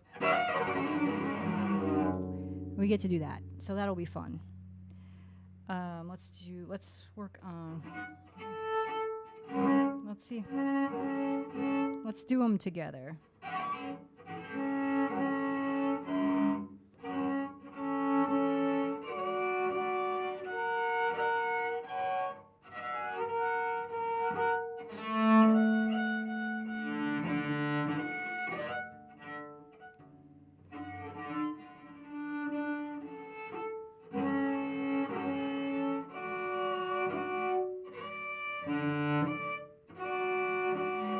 That's the D on the upper note.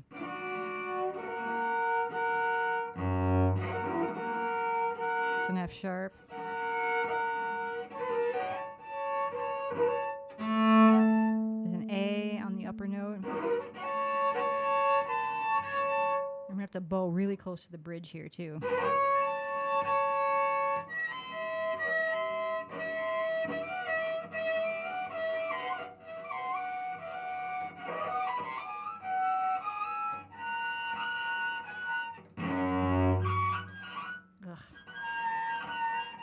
This isn't supposed to be pretty, by the way. It's definitely not, but it's not supposed to be. And then it actually ends. So these are...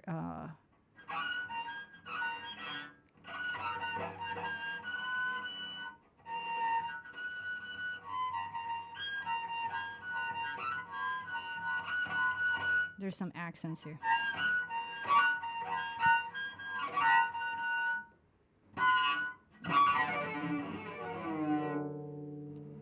Back to the beginning.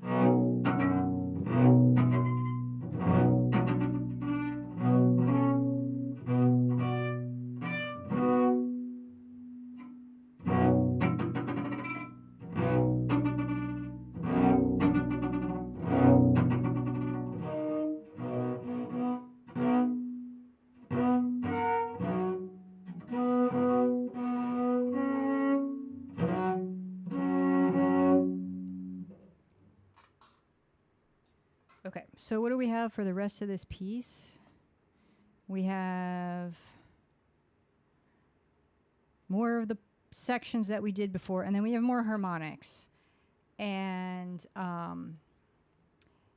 the harmonics here, my teacher drew something for me, but he drew it in a way that was not completely not, I was guitar brain and cello brain were fighting with each other, and then everything just kind of short-circuited. because he wrote it in a way that as a guitarist I would have written tablature, and it wasn't. It was. I just couldn't grok how he was drawing this out. But there's something we have to do something along these lines. So I will have him go over this again with me, and I'm going to bring some fingerboard diagrams. Like I wrote it out. Here. Yeah, so I don't know if you'll be able to see this. I've got a fingerboard diagram here, and I doodled on it, and I'm gonna bring this with me. Oh, I erased stuff.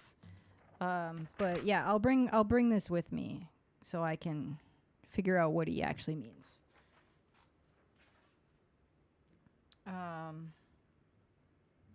Anyway, so that's basically the piece. I'm not gonna go through this part. There's something like this. Hey, Grok used it in its proper form, yes. Before it was taken and trademarked by that guy that we will not talk about. We'll just leave it at that. Yeah. So anyway, I guess that's probably enough working on this piece for today. Let's do some video game stuff. Tune back up. I had forgotten I was tuned down and then tried to play something that was not tuned down, and it was very confusing for me. Love Stranger in a Strange Land.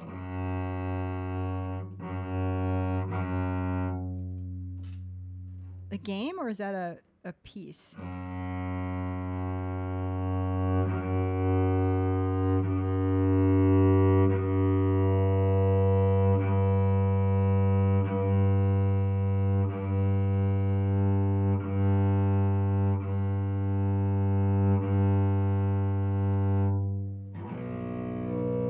So even though I'm tuning back up, I want to go down first.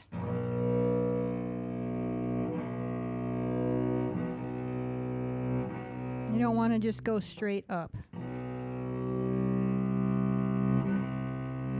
That's how you break strings.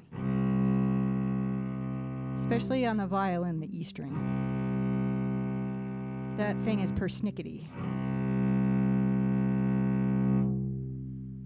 Oh, that's where the word grok comes from.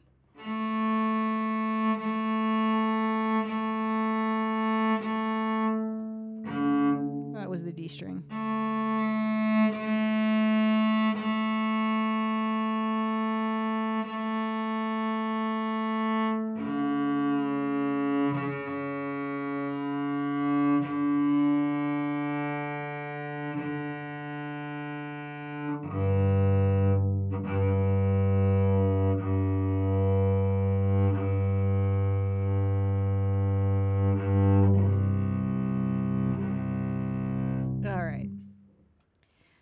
Stranger in a Strange Land was a sci-fi novel by Heinlein. There was a movie in the 90s. Okay. It was like familiar, but not familiar enough. I've kind of like skipped over some of the classic sci-fi stuff. What's up, keeping it real? Thanks for popping in. Okay, we're going to do this.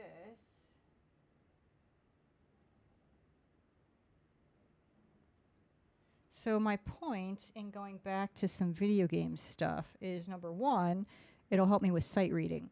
Number two, I want to start, I mentioned this at the top of the stream, I want to start looping with my Boss pedal.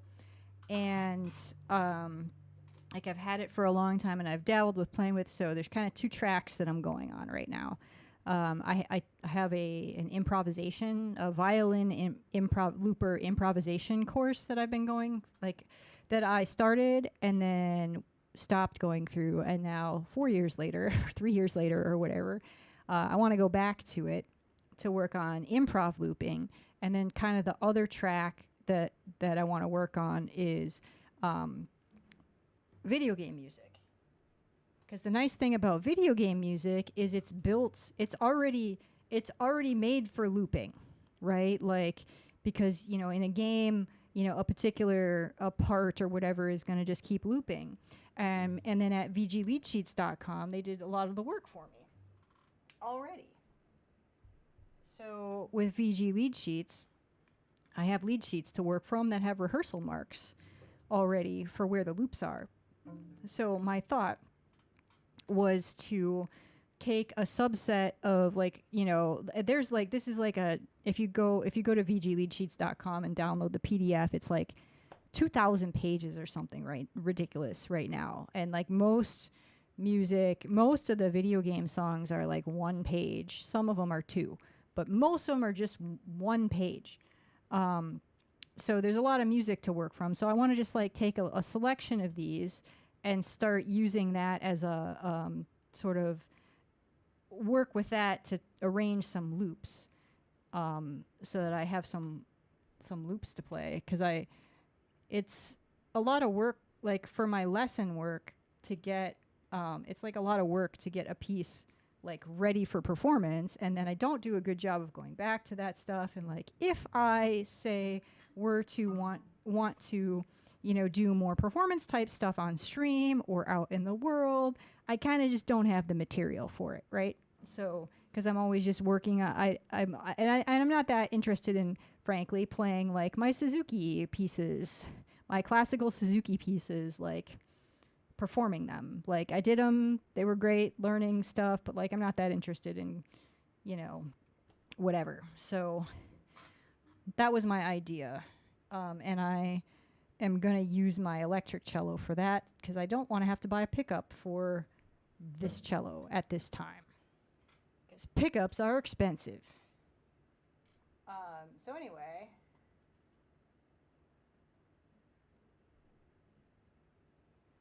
this one, let's work on this one inside a house. I was working on this on electric cello yesterday. It's pretty simple, but I want to write some fingerings in. So it is in probably G major, and it's in 3, so it's a waltz. Wait.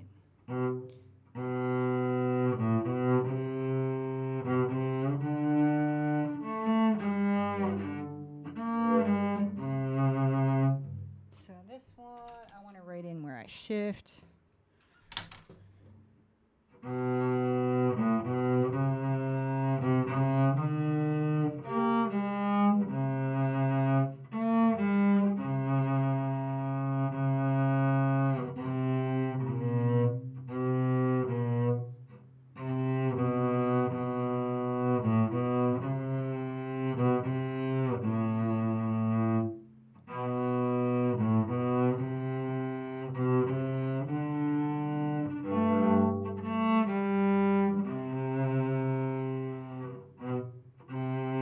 No. That's easier to play too. Fifths are kind of the whole thing. That's not what we're doing here.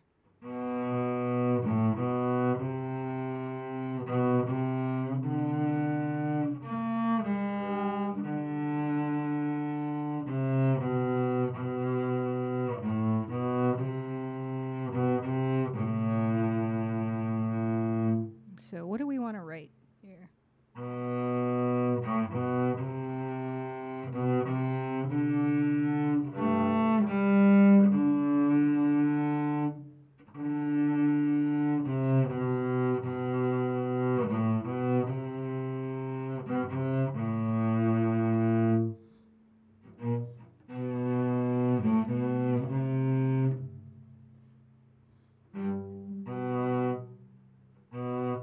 We definitely want to start on a 3 there in first position.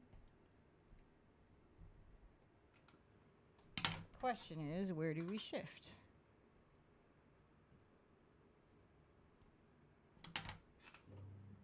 What fingering do I like better?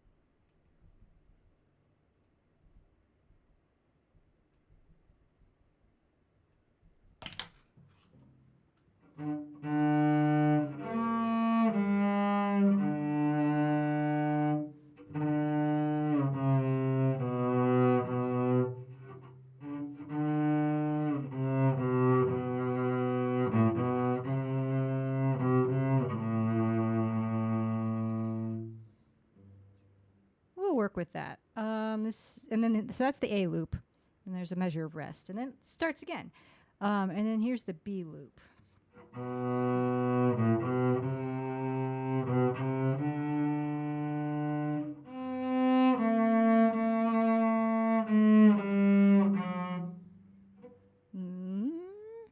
So here.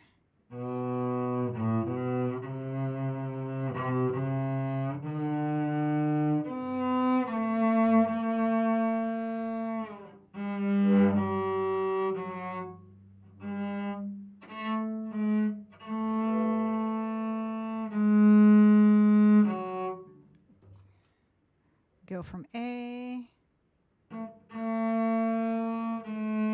to D sharp to F natural.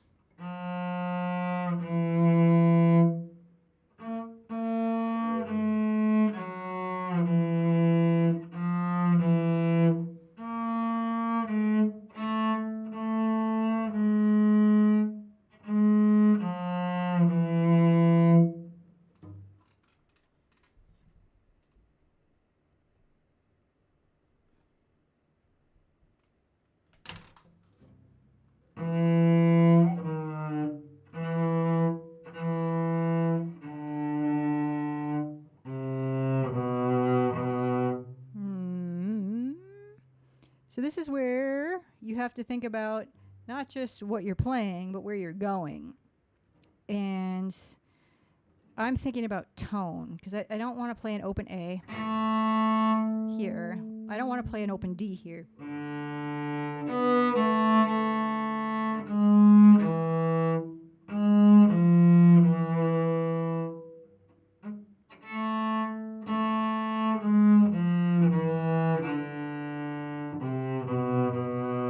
That's gross.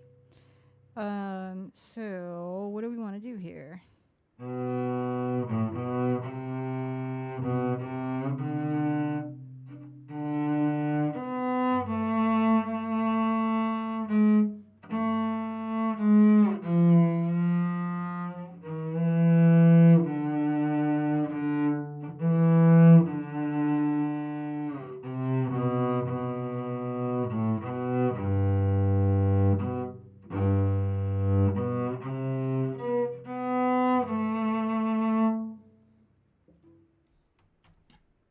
So even on these, like, this is like a pretty, this is not a complicated melody, but I have to know where I'm going. Because if I don't know where I'm going, I'm going to get stuck playing icky notes, which is fine in a jam session, because like in a like a video game jam session, if you know your other people that are playing are going to kind of even out the sort of the stuff that stands out, right? Because you're playing in a group. But for looping, no. For looping, it's gonna then you're gonna have it. Well, this is the melody line, so this I would probably play live, but it's you don't want it to stick out. You want it to be nice and even, or like you don't want the sort of tone of the note because of what string you're playing on to determine like the brightness or the darkness. You want to control that with, you know, musically how you want to express things, not just because of like the physics of the note or of the string or whatever. So how do we want to do this? How do we want to think about this little puzzle? So if we go here.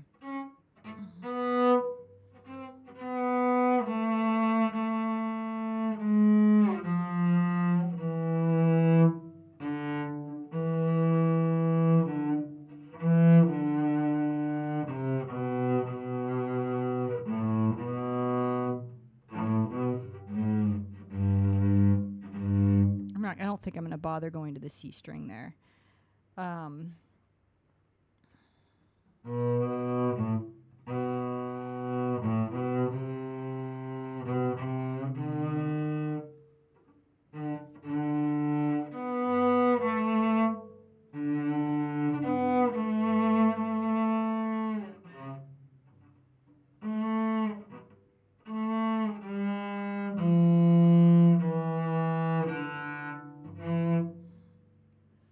get the rhythm here, and we'll worry about the fingering. 1 and 2 and 1 and 2 and 3, 4. 1 and 2, 1 and 2 and 3 and 1 and 2 and 3 and 1 and 2 and 3 and. It's not that hard.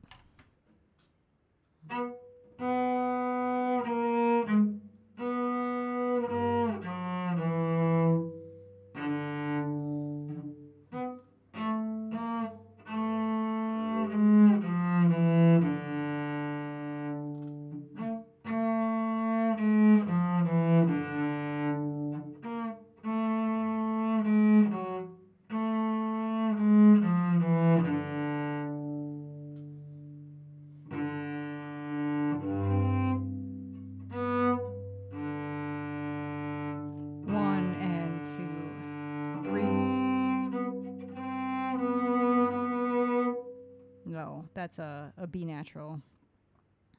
1 and 2 and.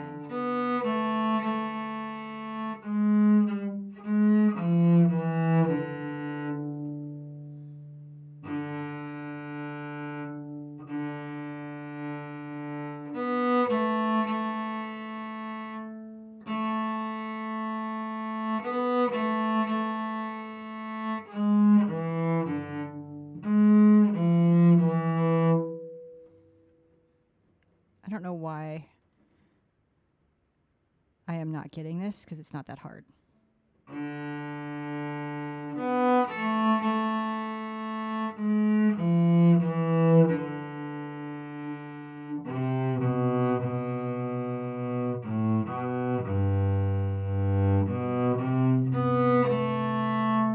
me just play this through, this B part through.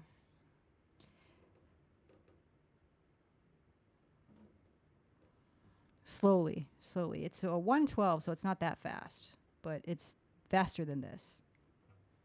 1 and 2 and 1 and 2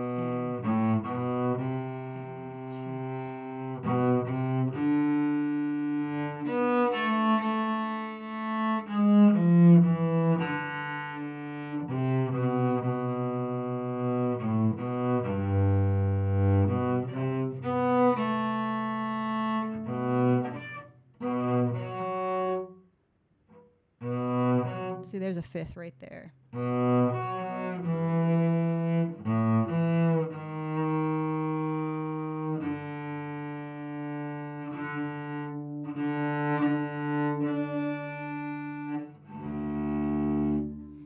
That's the B loop. And then we go back to the top.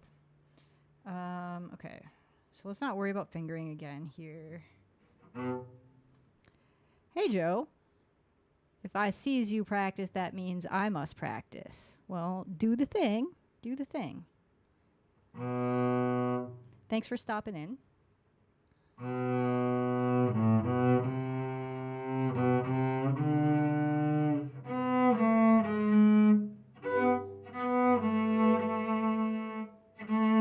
Let me turn the metronome on.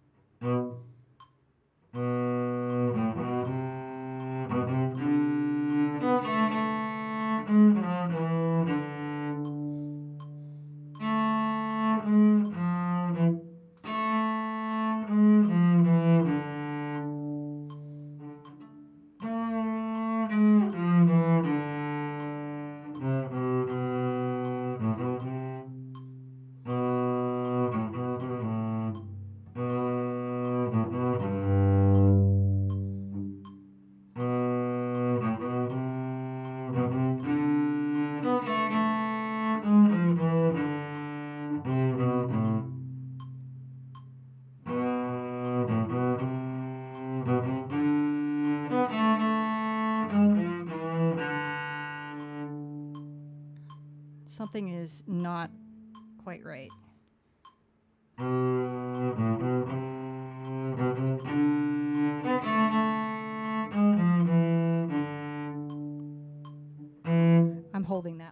it should.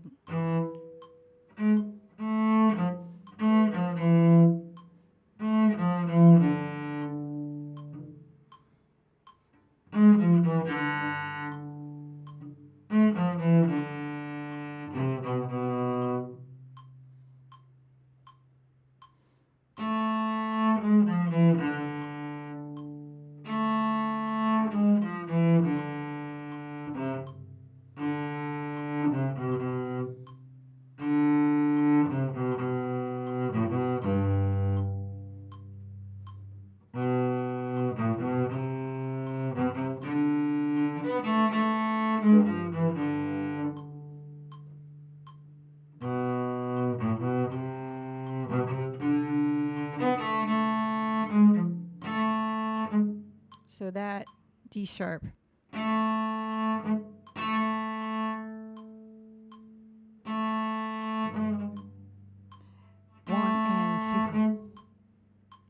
One and two and three and one and two and three and one and two.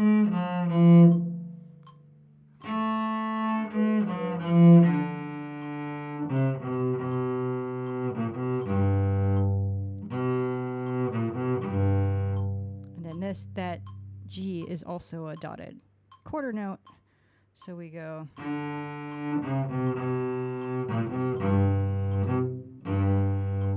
One and two.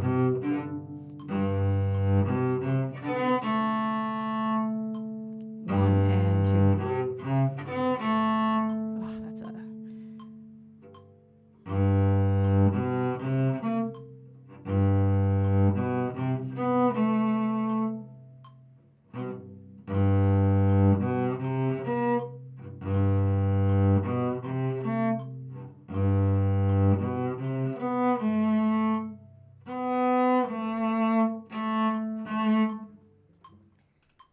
Fingering in here. This would be a 1.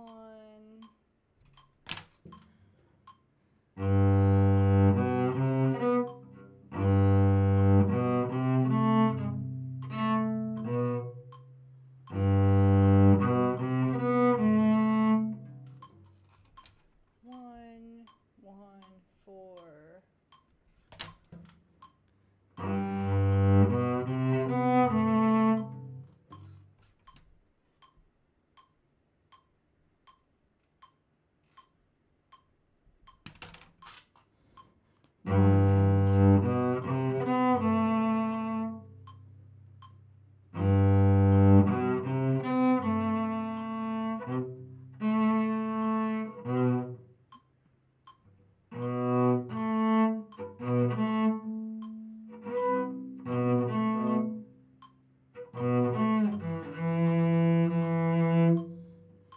These jumps in here do make the fingering a little tricky.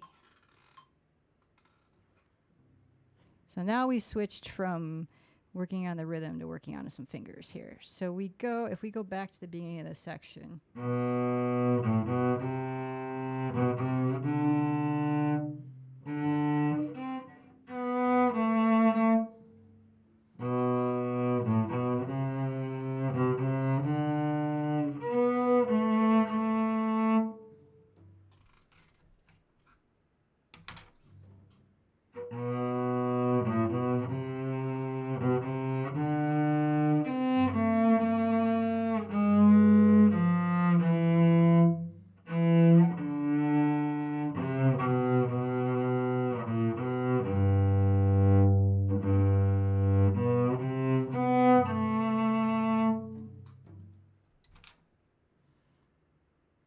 I liked what I just did, and now I don't remember what it was.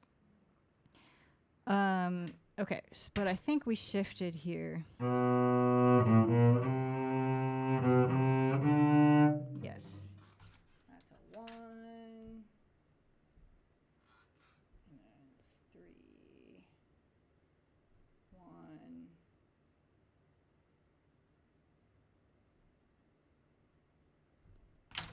I think I like this.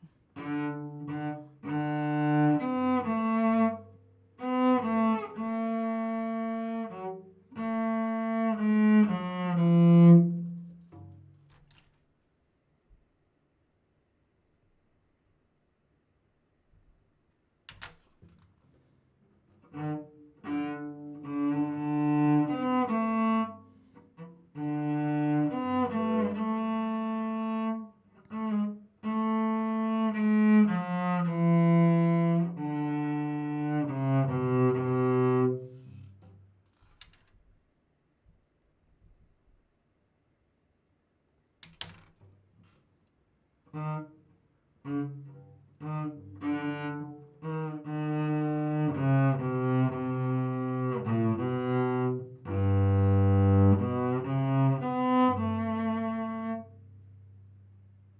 think that works. Let's turn the metronome back on.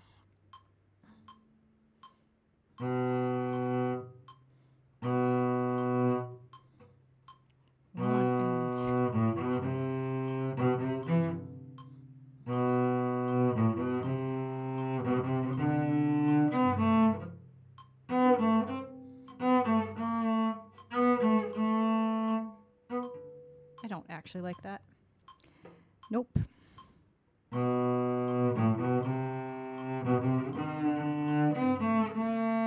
don't like that shift there.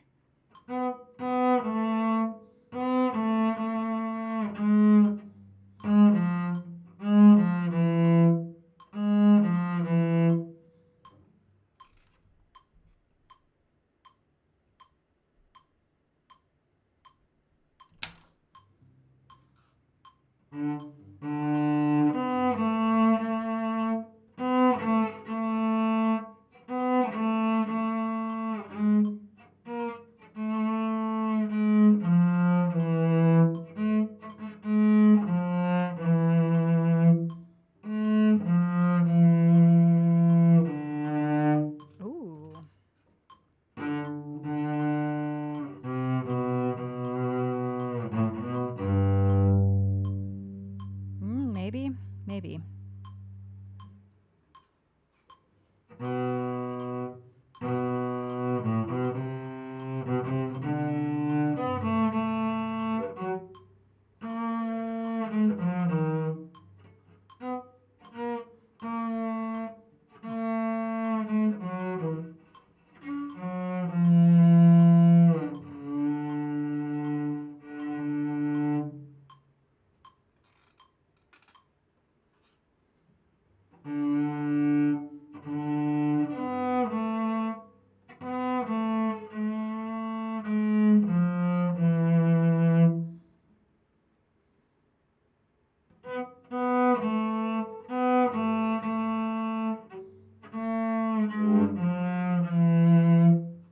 What I don't like, I like how it sounds, but what I don't like about that is a 4 and a 3, and it's like extended. It's kind of a weird. That's kind of a not a fun thing to play.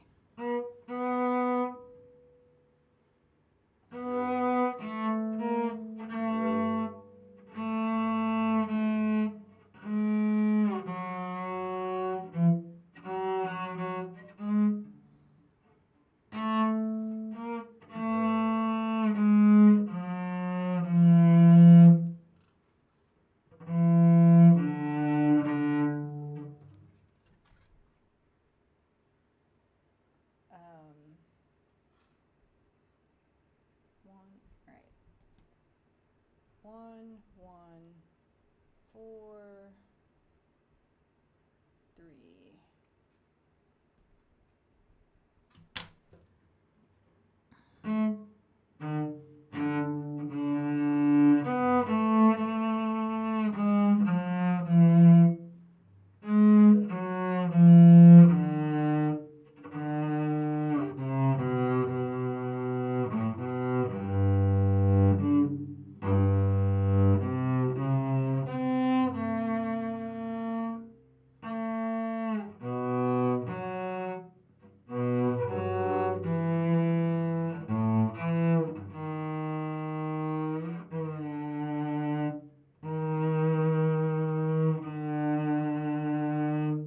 I definitely want to play those long notes on the G string.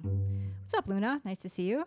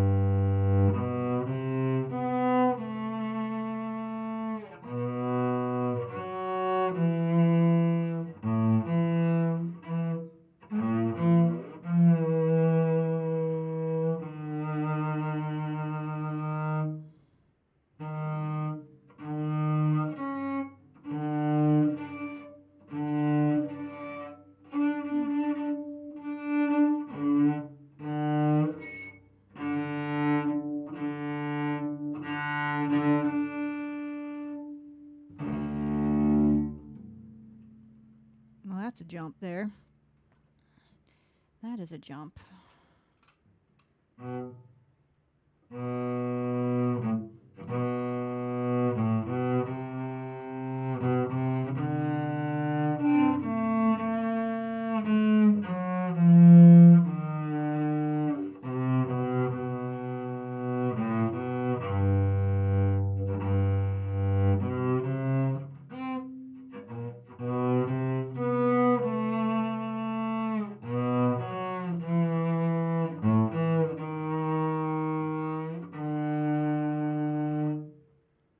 So how do I want to get back to the G string here?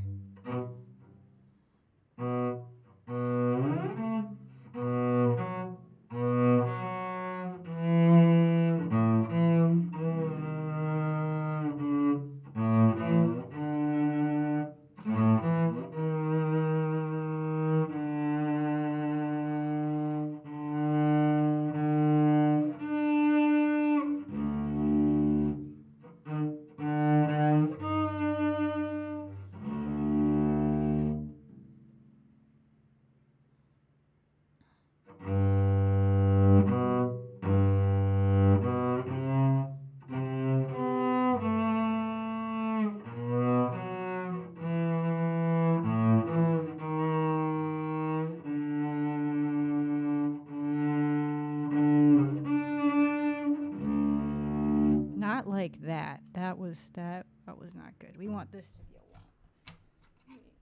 2, 2, 1.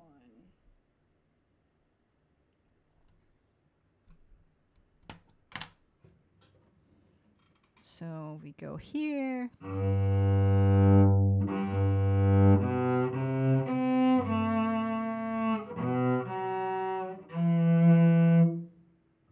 No, we want to stay on the D string here.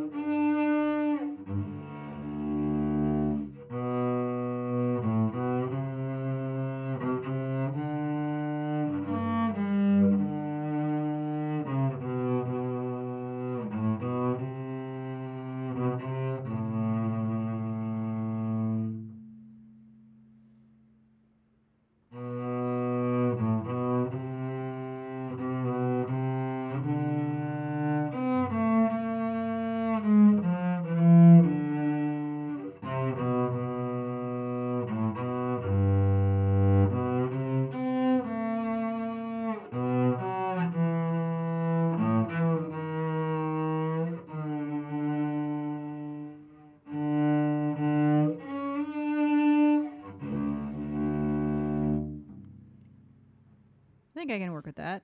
I think that's not too bad. I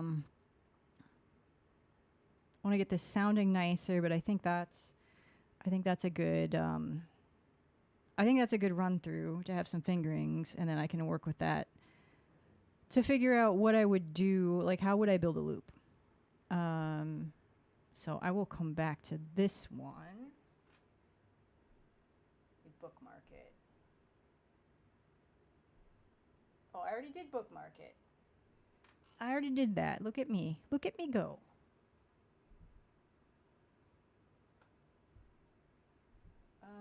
Okay.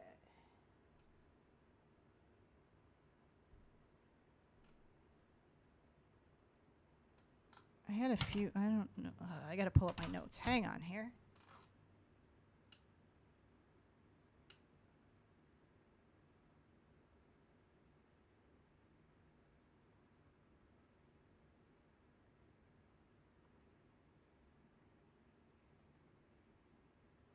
I had some notes about some songs I wanted to look at. But they are not there. Where are you? Where are my notes? Not in there. Oh. There they are. Okay. So that.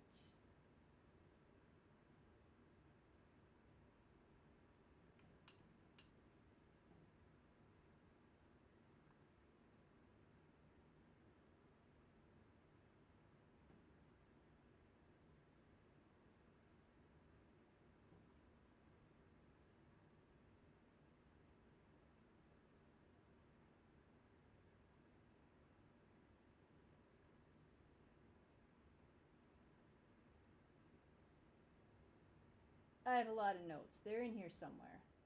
But clearly not in here where I'm looking. Oh, there we go. There we go. I found it. I found it.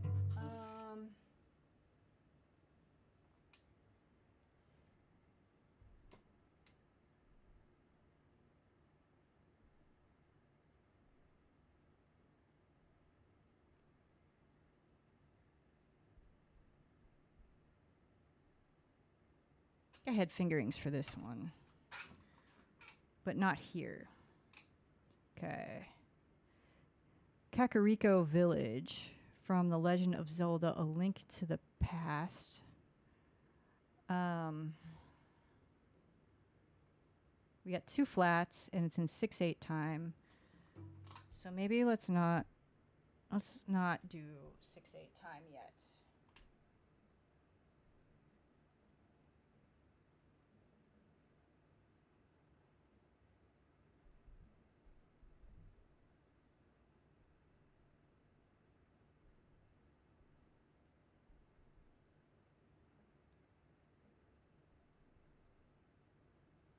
Zelda's Lullaby has a different name. It has 2 names.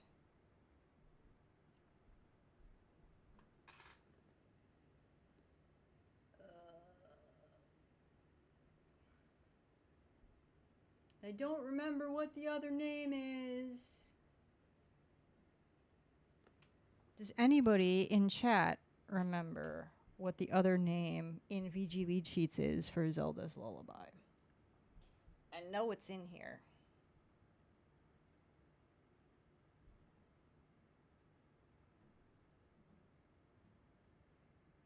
Well, whatever. Let me actually flip over. I have 2, so I downloaded a PDF. So VG lead sheets, they're always adding stuff to their collection. And so I downloaded a PDF because if I have a PDF, you can look at it. Let me put it in the chat so you can just look at it.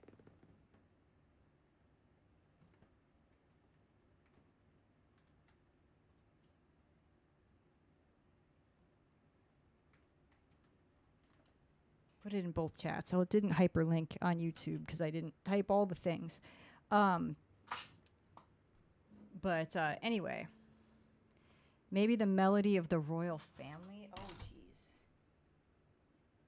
Anyway, I'll look that up in a second. But the I have 2 PDFs from VG lead sheets, and one I downloaded right before VGM Con that has all there were a bunch of updates right before VGM Con, including all the Clair Obscure pieces. But I had downloaded a PDF, an older PDF, and I put fingerings in there and stuff for things. And I have to I have a document version control, document management problem on my hands here because I can't.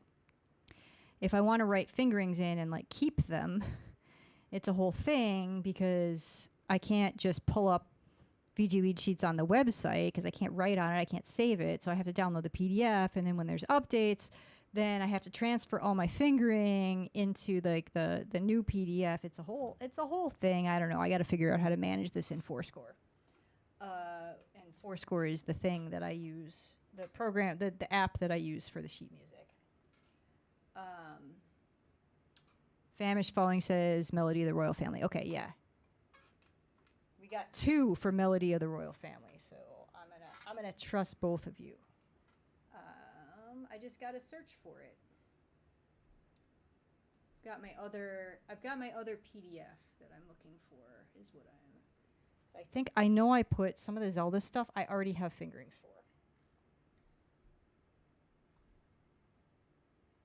And also some Final Fantasy stuff as well.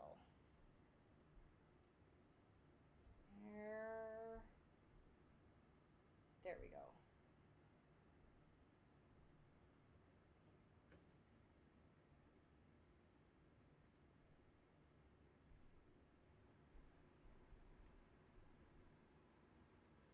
Well, it's not coming up.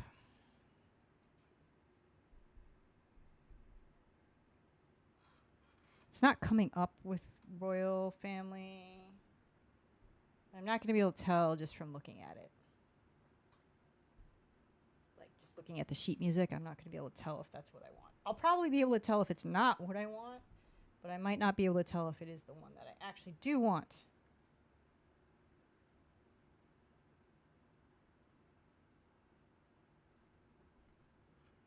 How about Song of Storms? We'll just do Song of Storms. And this one is also in 3/4. And I already have fingerings in here, and I've played this before.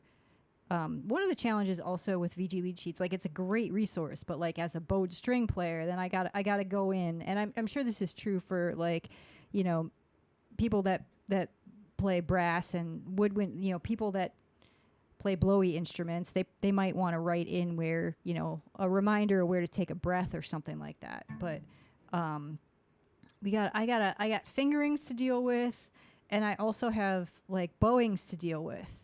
It's a whole thing. So I did write some slurs in two slurs, just not that many. What did I do with this one?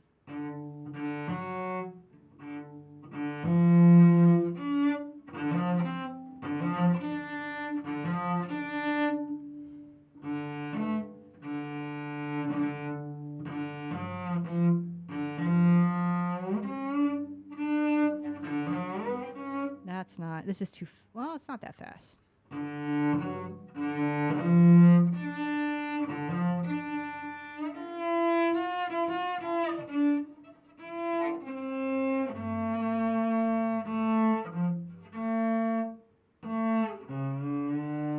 No, that's, I don't like that. I can already tell I don't like that. Friendly Fiddler, what's up? Good to see you. Yes, the blowy instruments. I don't know what you call I don't know what you call all the ones. You got brass instruments and you got woodwinds, and you blow into them. And woodwinds is brass and woodwind instruments is just so, it's very long. Blowy instruments is just, you know, it just rolls off the tongue, you know? It just rolls off the tongue. Everybody go follow Friendly Fiddler, and also go follow Joe. Our violin friends.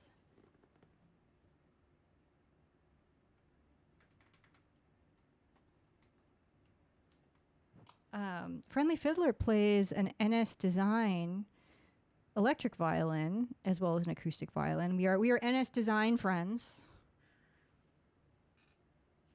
And go follow Joe.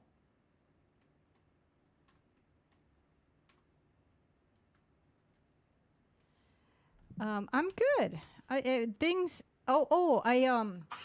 If you, Friendly Fiddler, if you want to meet up again for the same reason I was in your vicinity previously, let me know. Yeah. So Joe played my NS Design violin actually when she was here. She was here for VGM Con.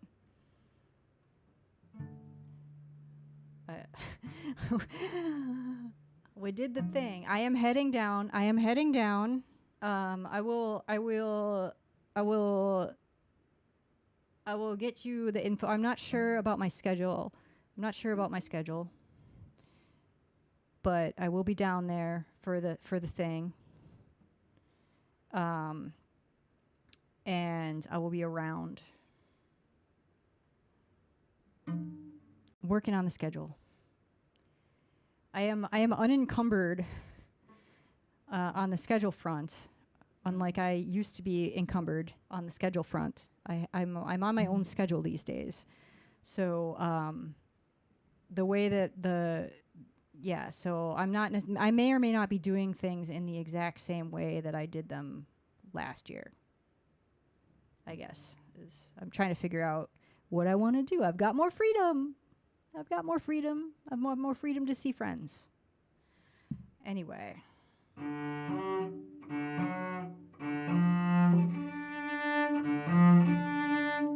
That fingering's okay.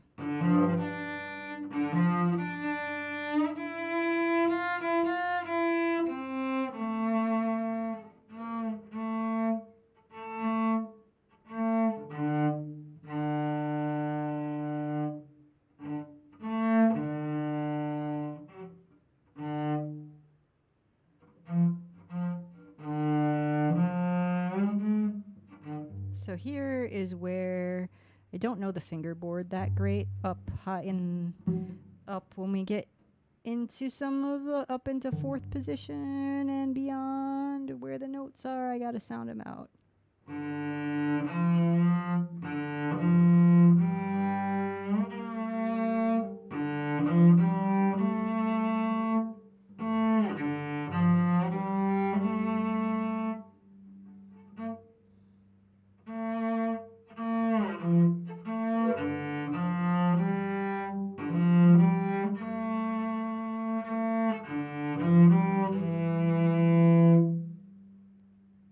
I think I like that. I think it's okay to play an open D there.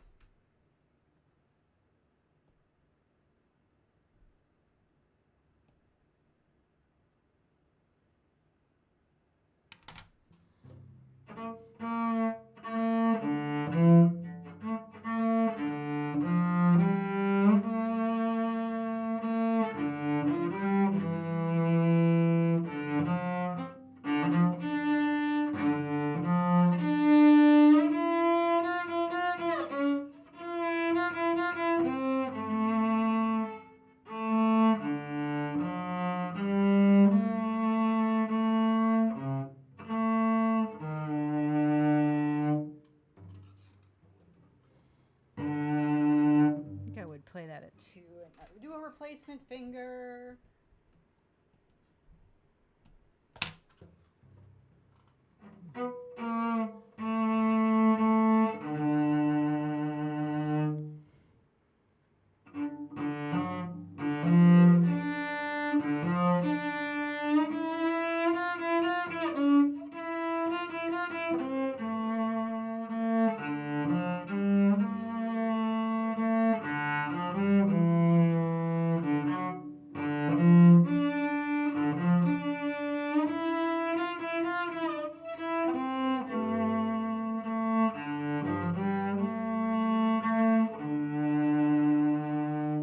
Feels nice.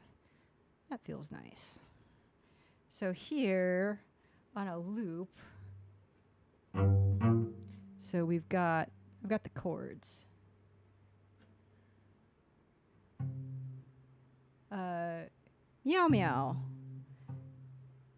I do not read the language that you are speaking. Hello, meow meow meow. Welcome in. Unfortunately, I only know English. Very unfortunately. And meow. I do understand a little bit of cat.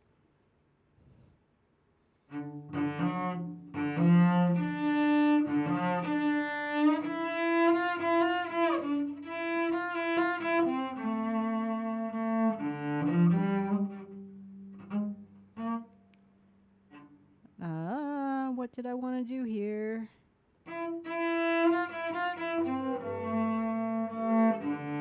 Open.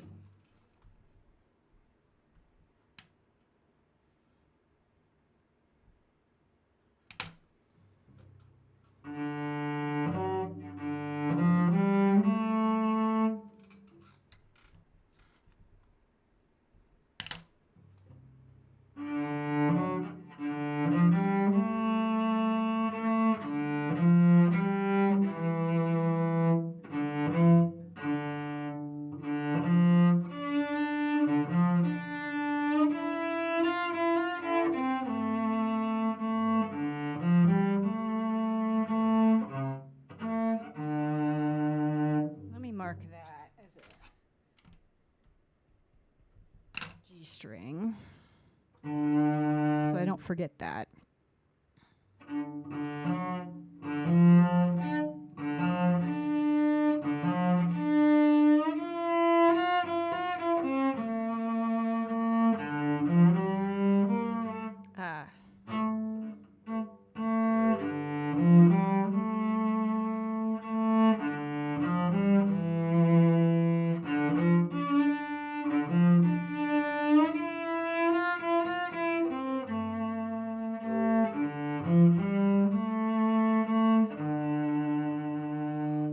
So there's lots of room in here.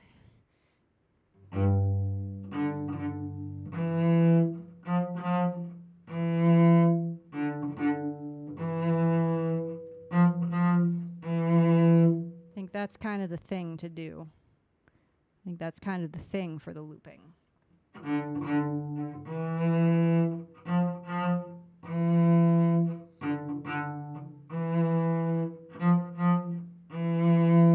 And then, I don't know that this needs really any, it doesn't really, probably doesn't need, you could do it down here.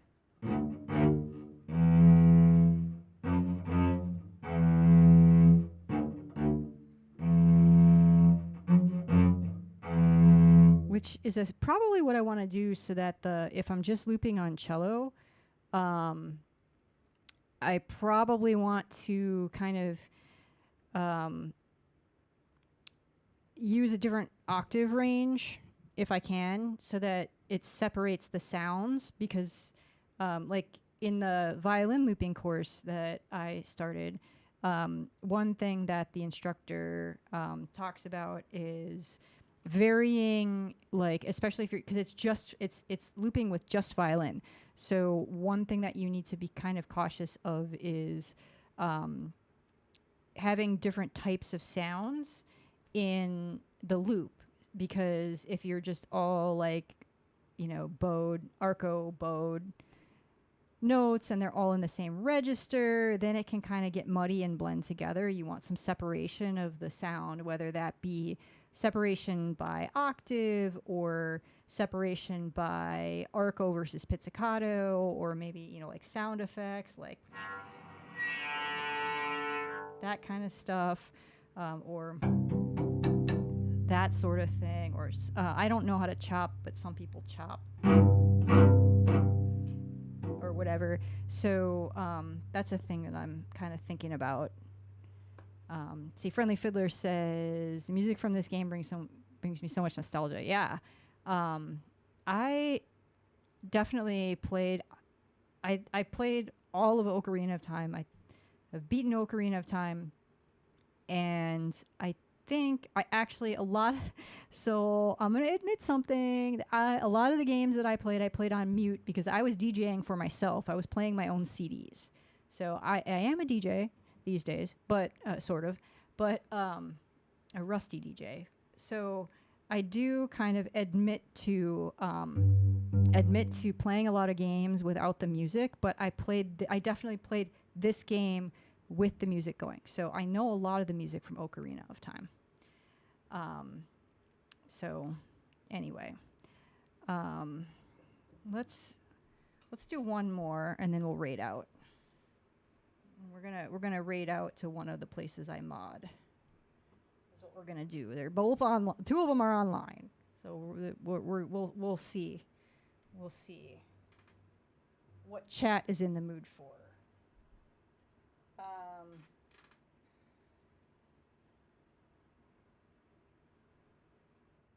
Let's do Song of Storms as well, since we're on a. Wait, that's what we just did.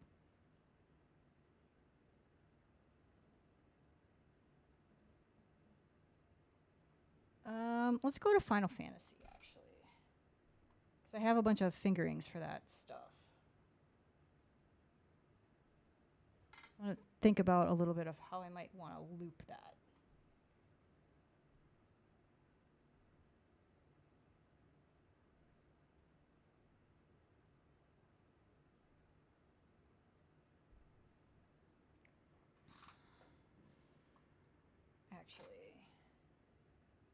Famished. I was a DJ professionally for a long, long time. What kind of genres did you do? I have been.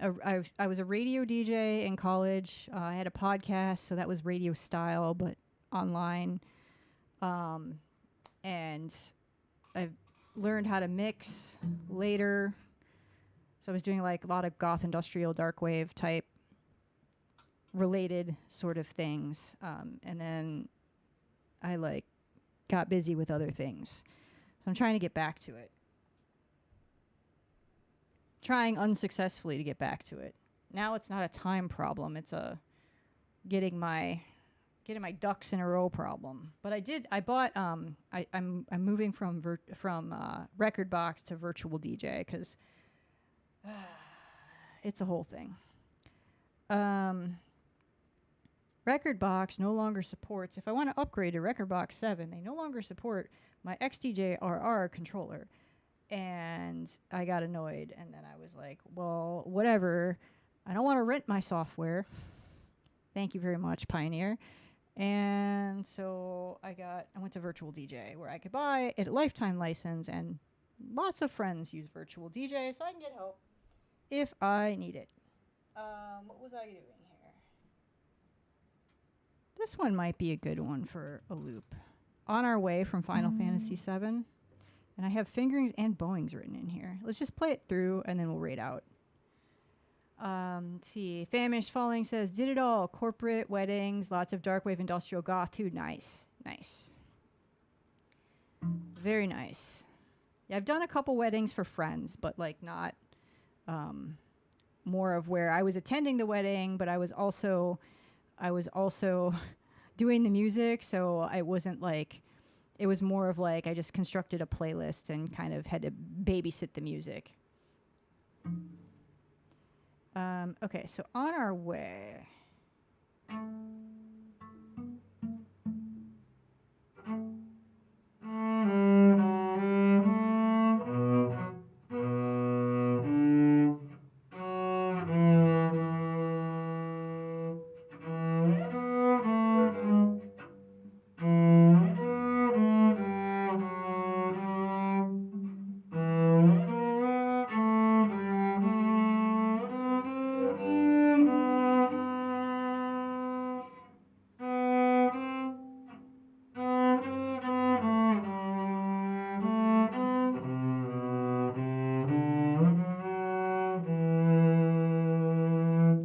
Playing the fingerings that I have written in here. I want to try what I did before. It was not a goth wedding, DCSD. It was just one of them was one of my friends from college, definitely not a goth. And another one was one of my teammates, my running teammates from after college. Is that all? Oh yeah, and then my best friend from high school, I did her wedding as well.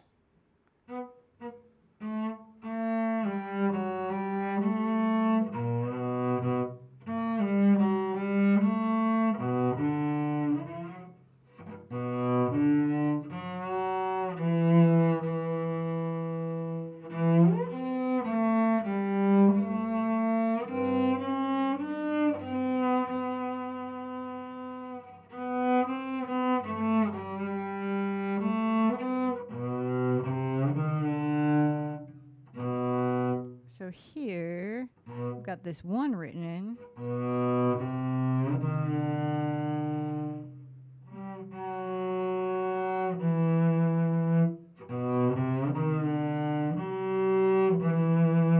But that's not what I have here.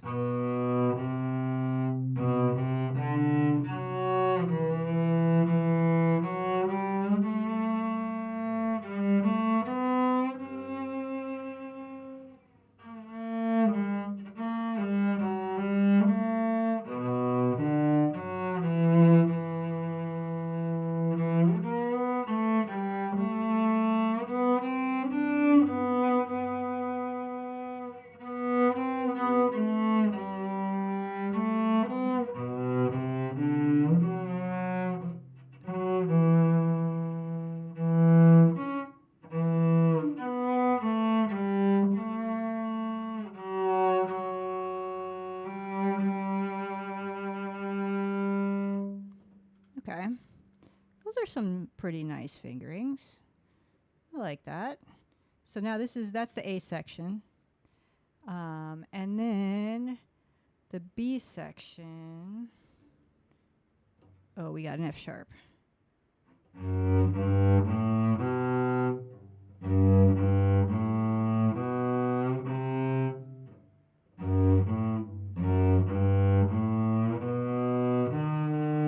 That's what we're doing.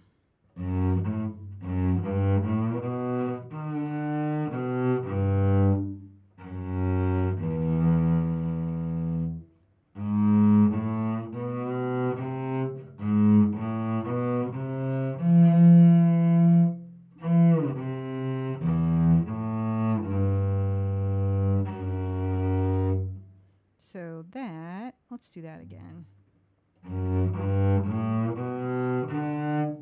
do a 1-1.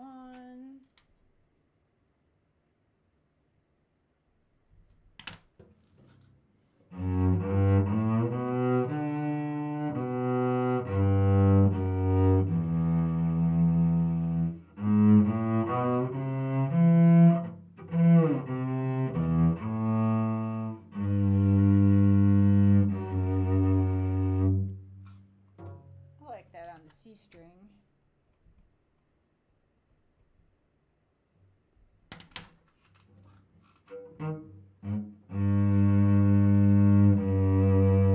Does that get us into trouble?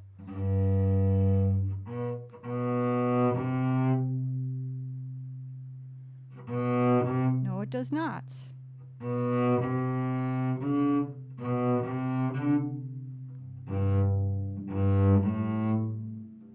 And we have an A sharp.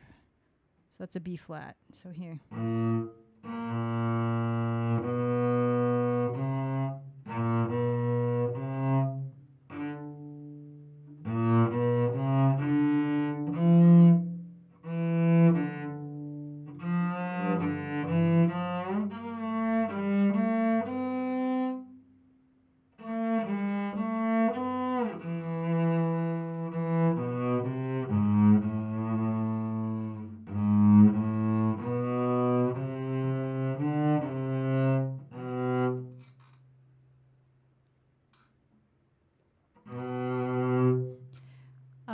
What's up, 343? Just kind of hacking away on our way from Final Fantasy VII here. I had some fingerings written in, and I am tweaking them.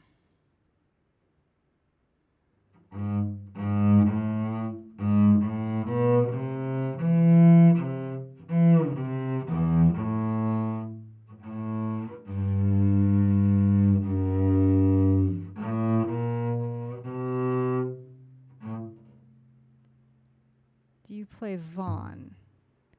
I'm not sure what you're asking. I do not take requests, just so you know. I'm practicing, so I've got kind of my what I'm practicing all kind of set. King Vaughn, I don't know that one, but I don't take requests, so it's all right. Sorry. Let's see here. So if we go back to this part here.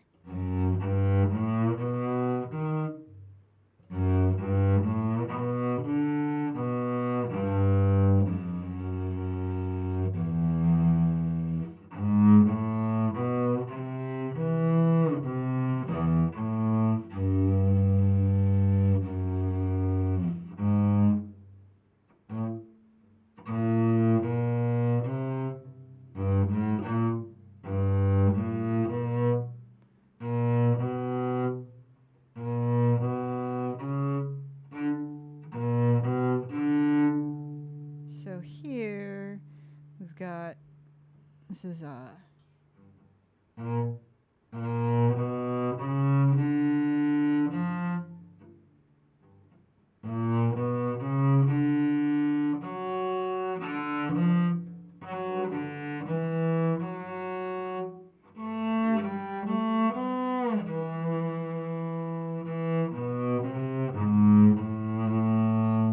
have to revise this here.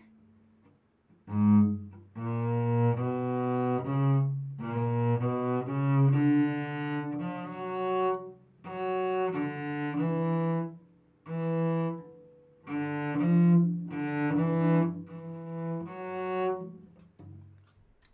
that's a 3.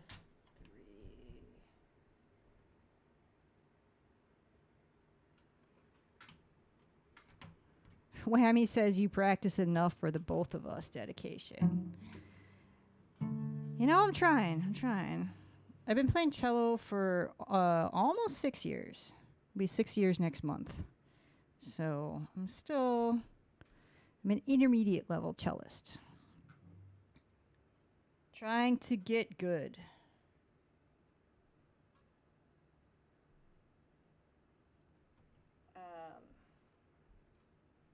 so here. That'll be a 2. Oops. 2.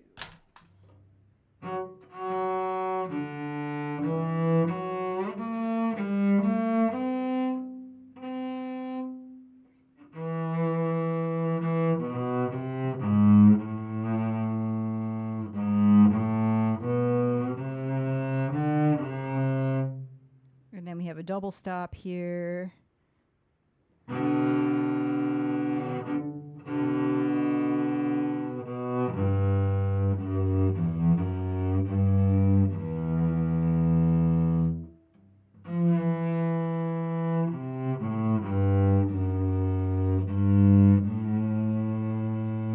And then we go back to the top. Let me play it through now with these fingerings and see how we like it.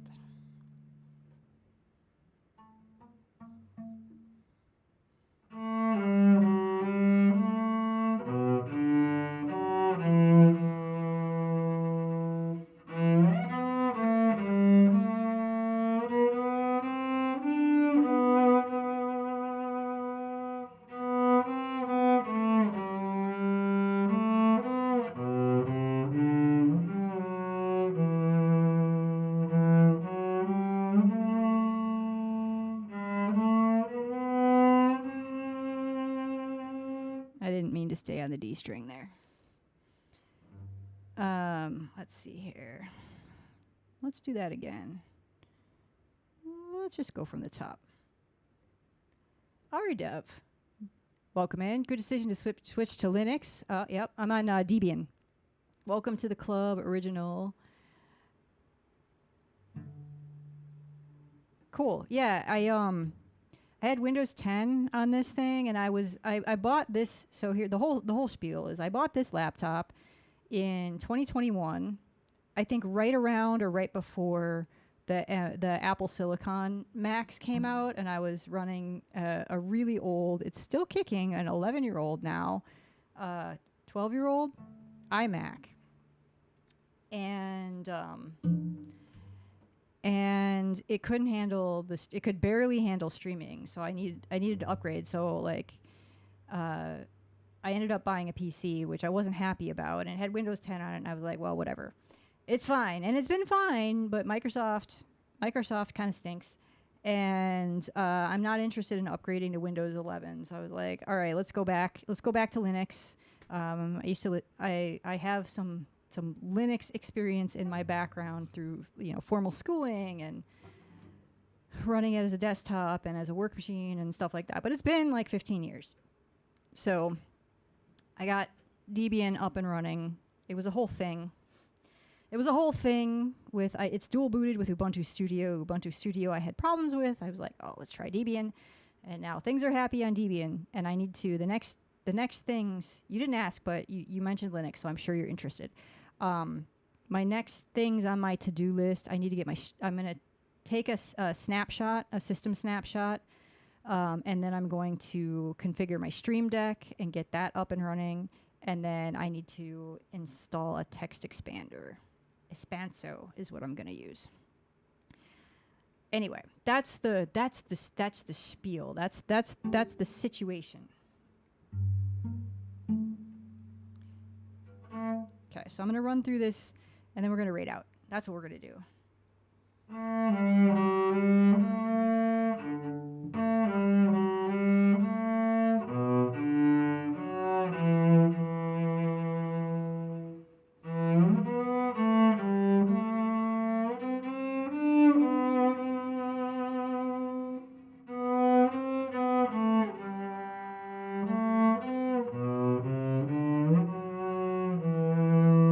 See, that's where it sounds really nice to stay on the G string there.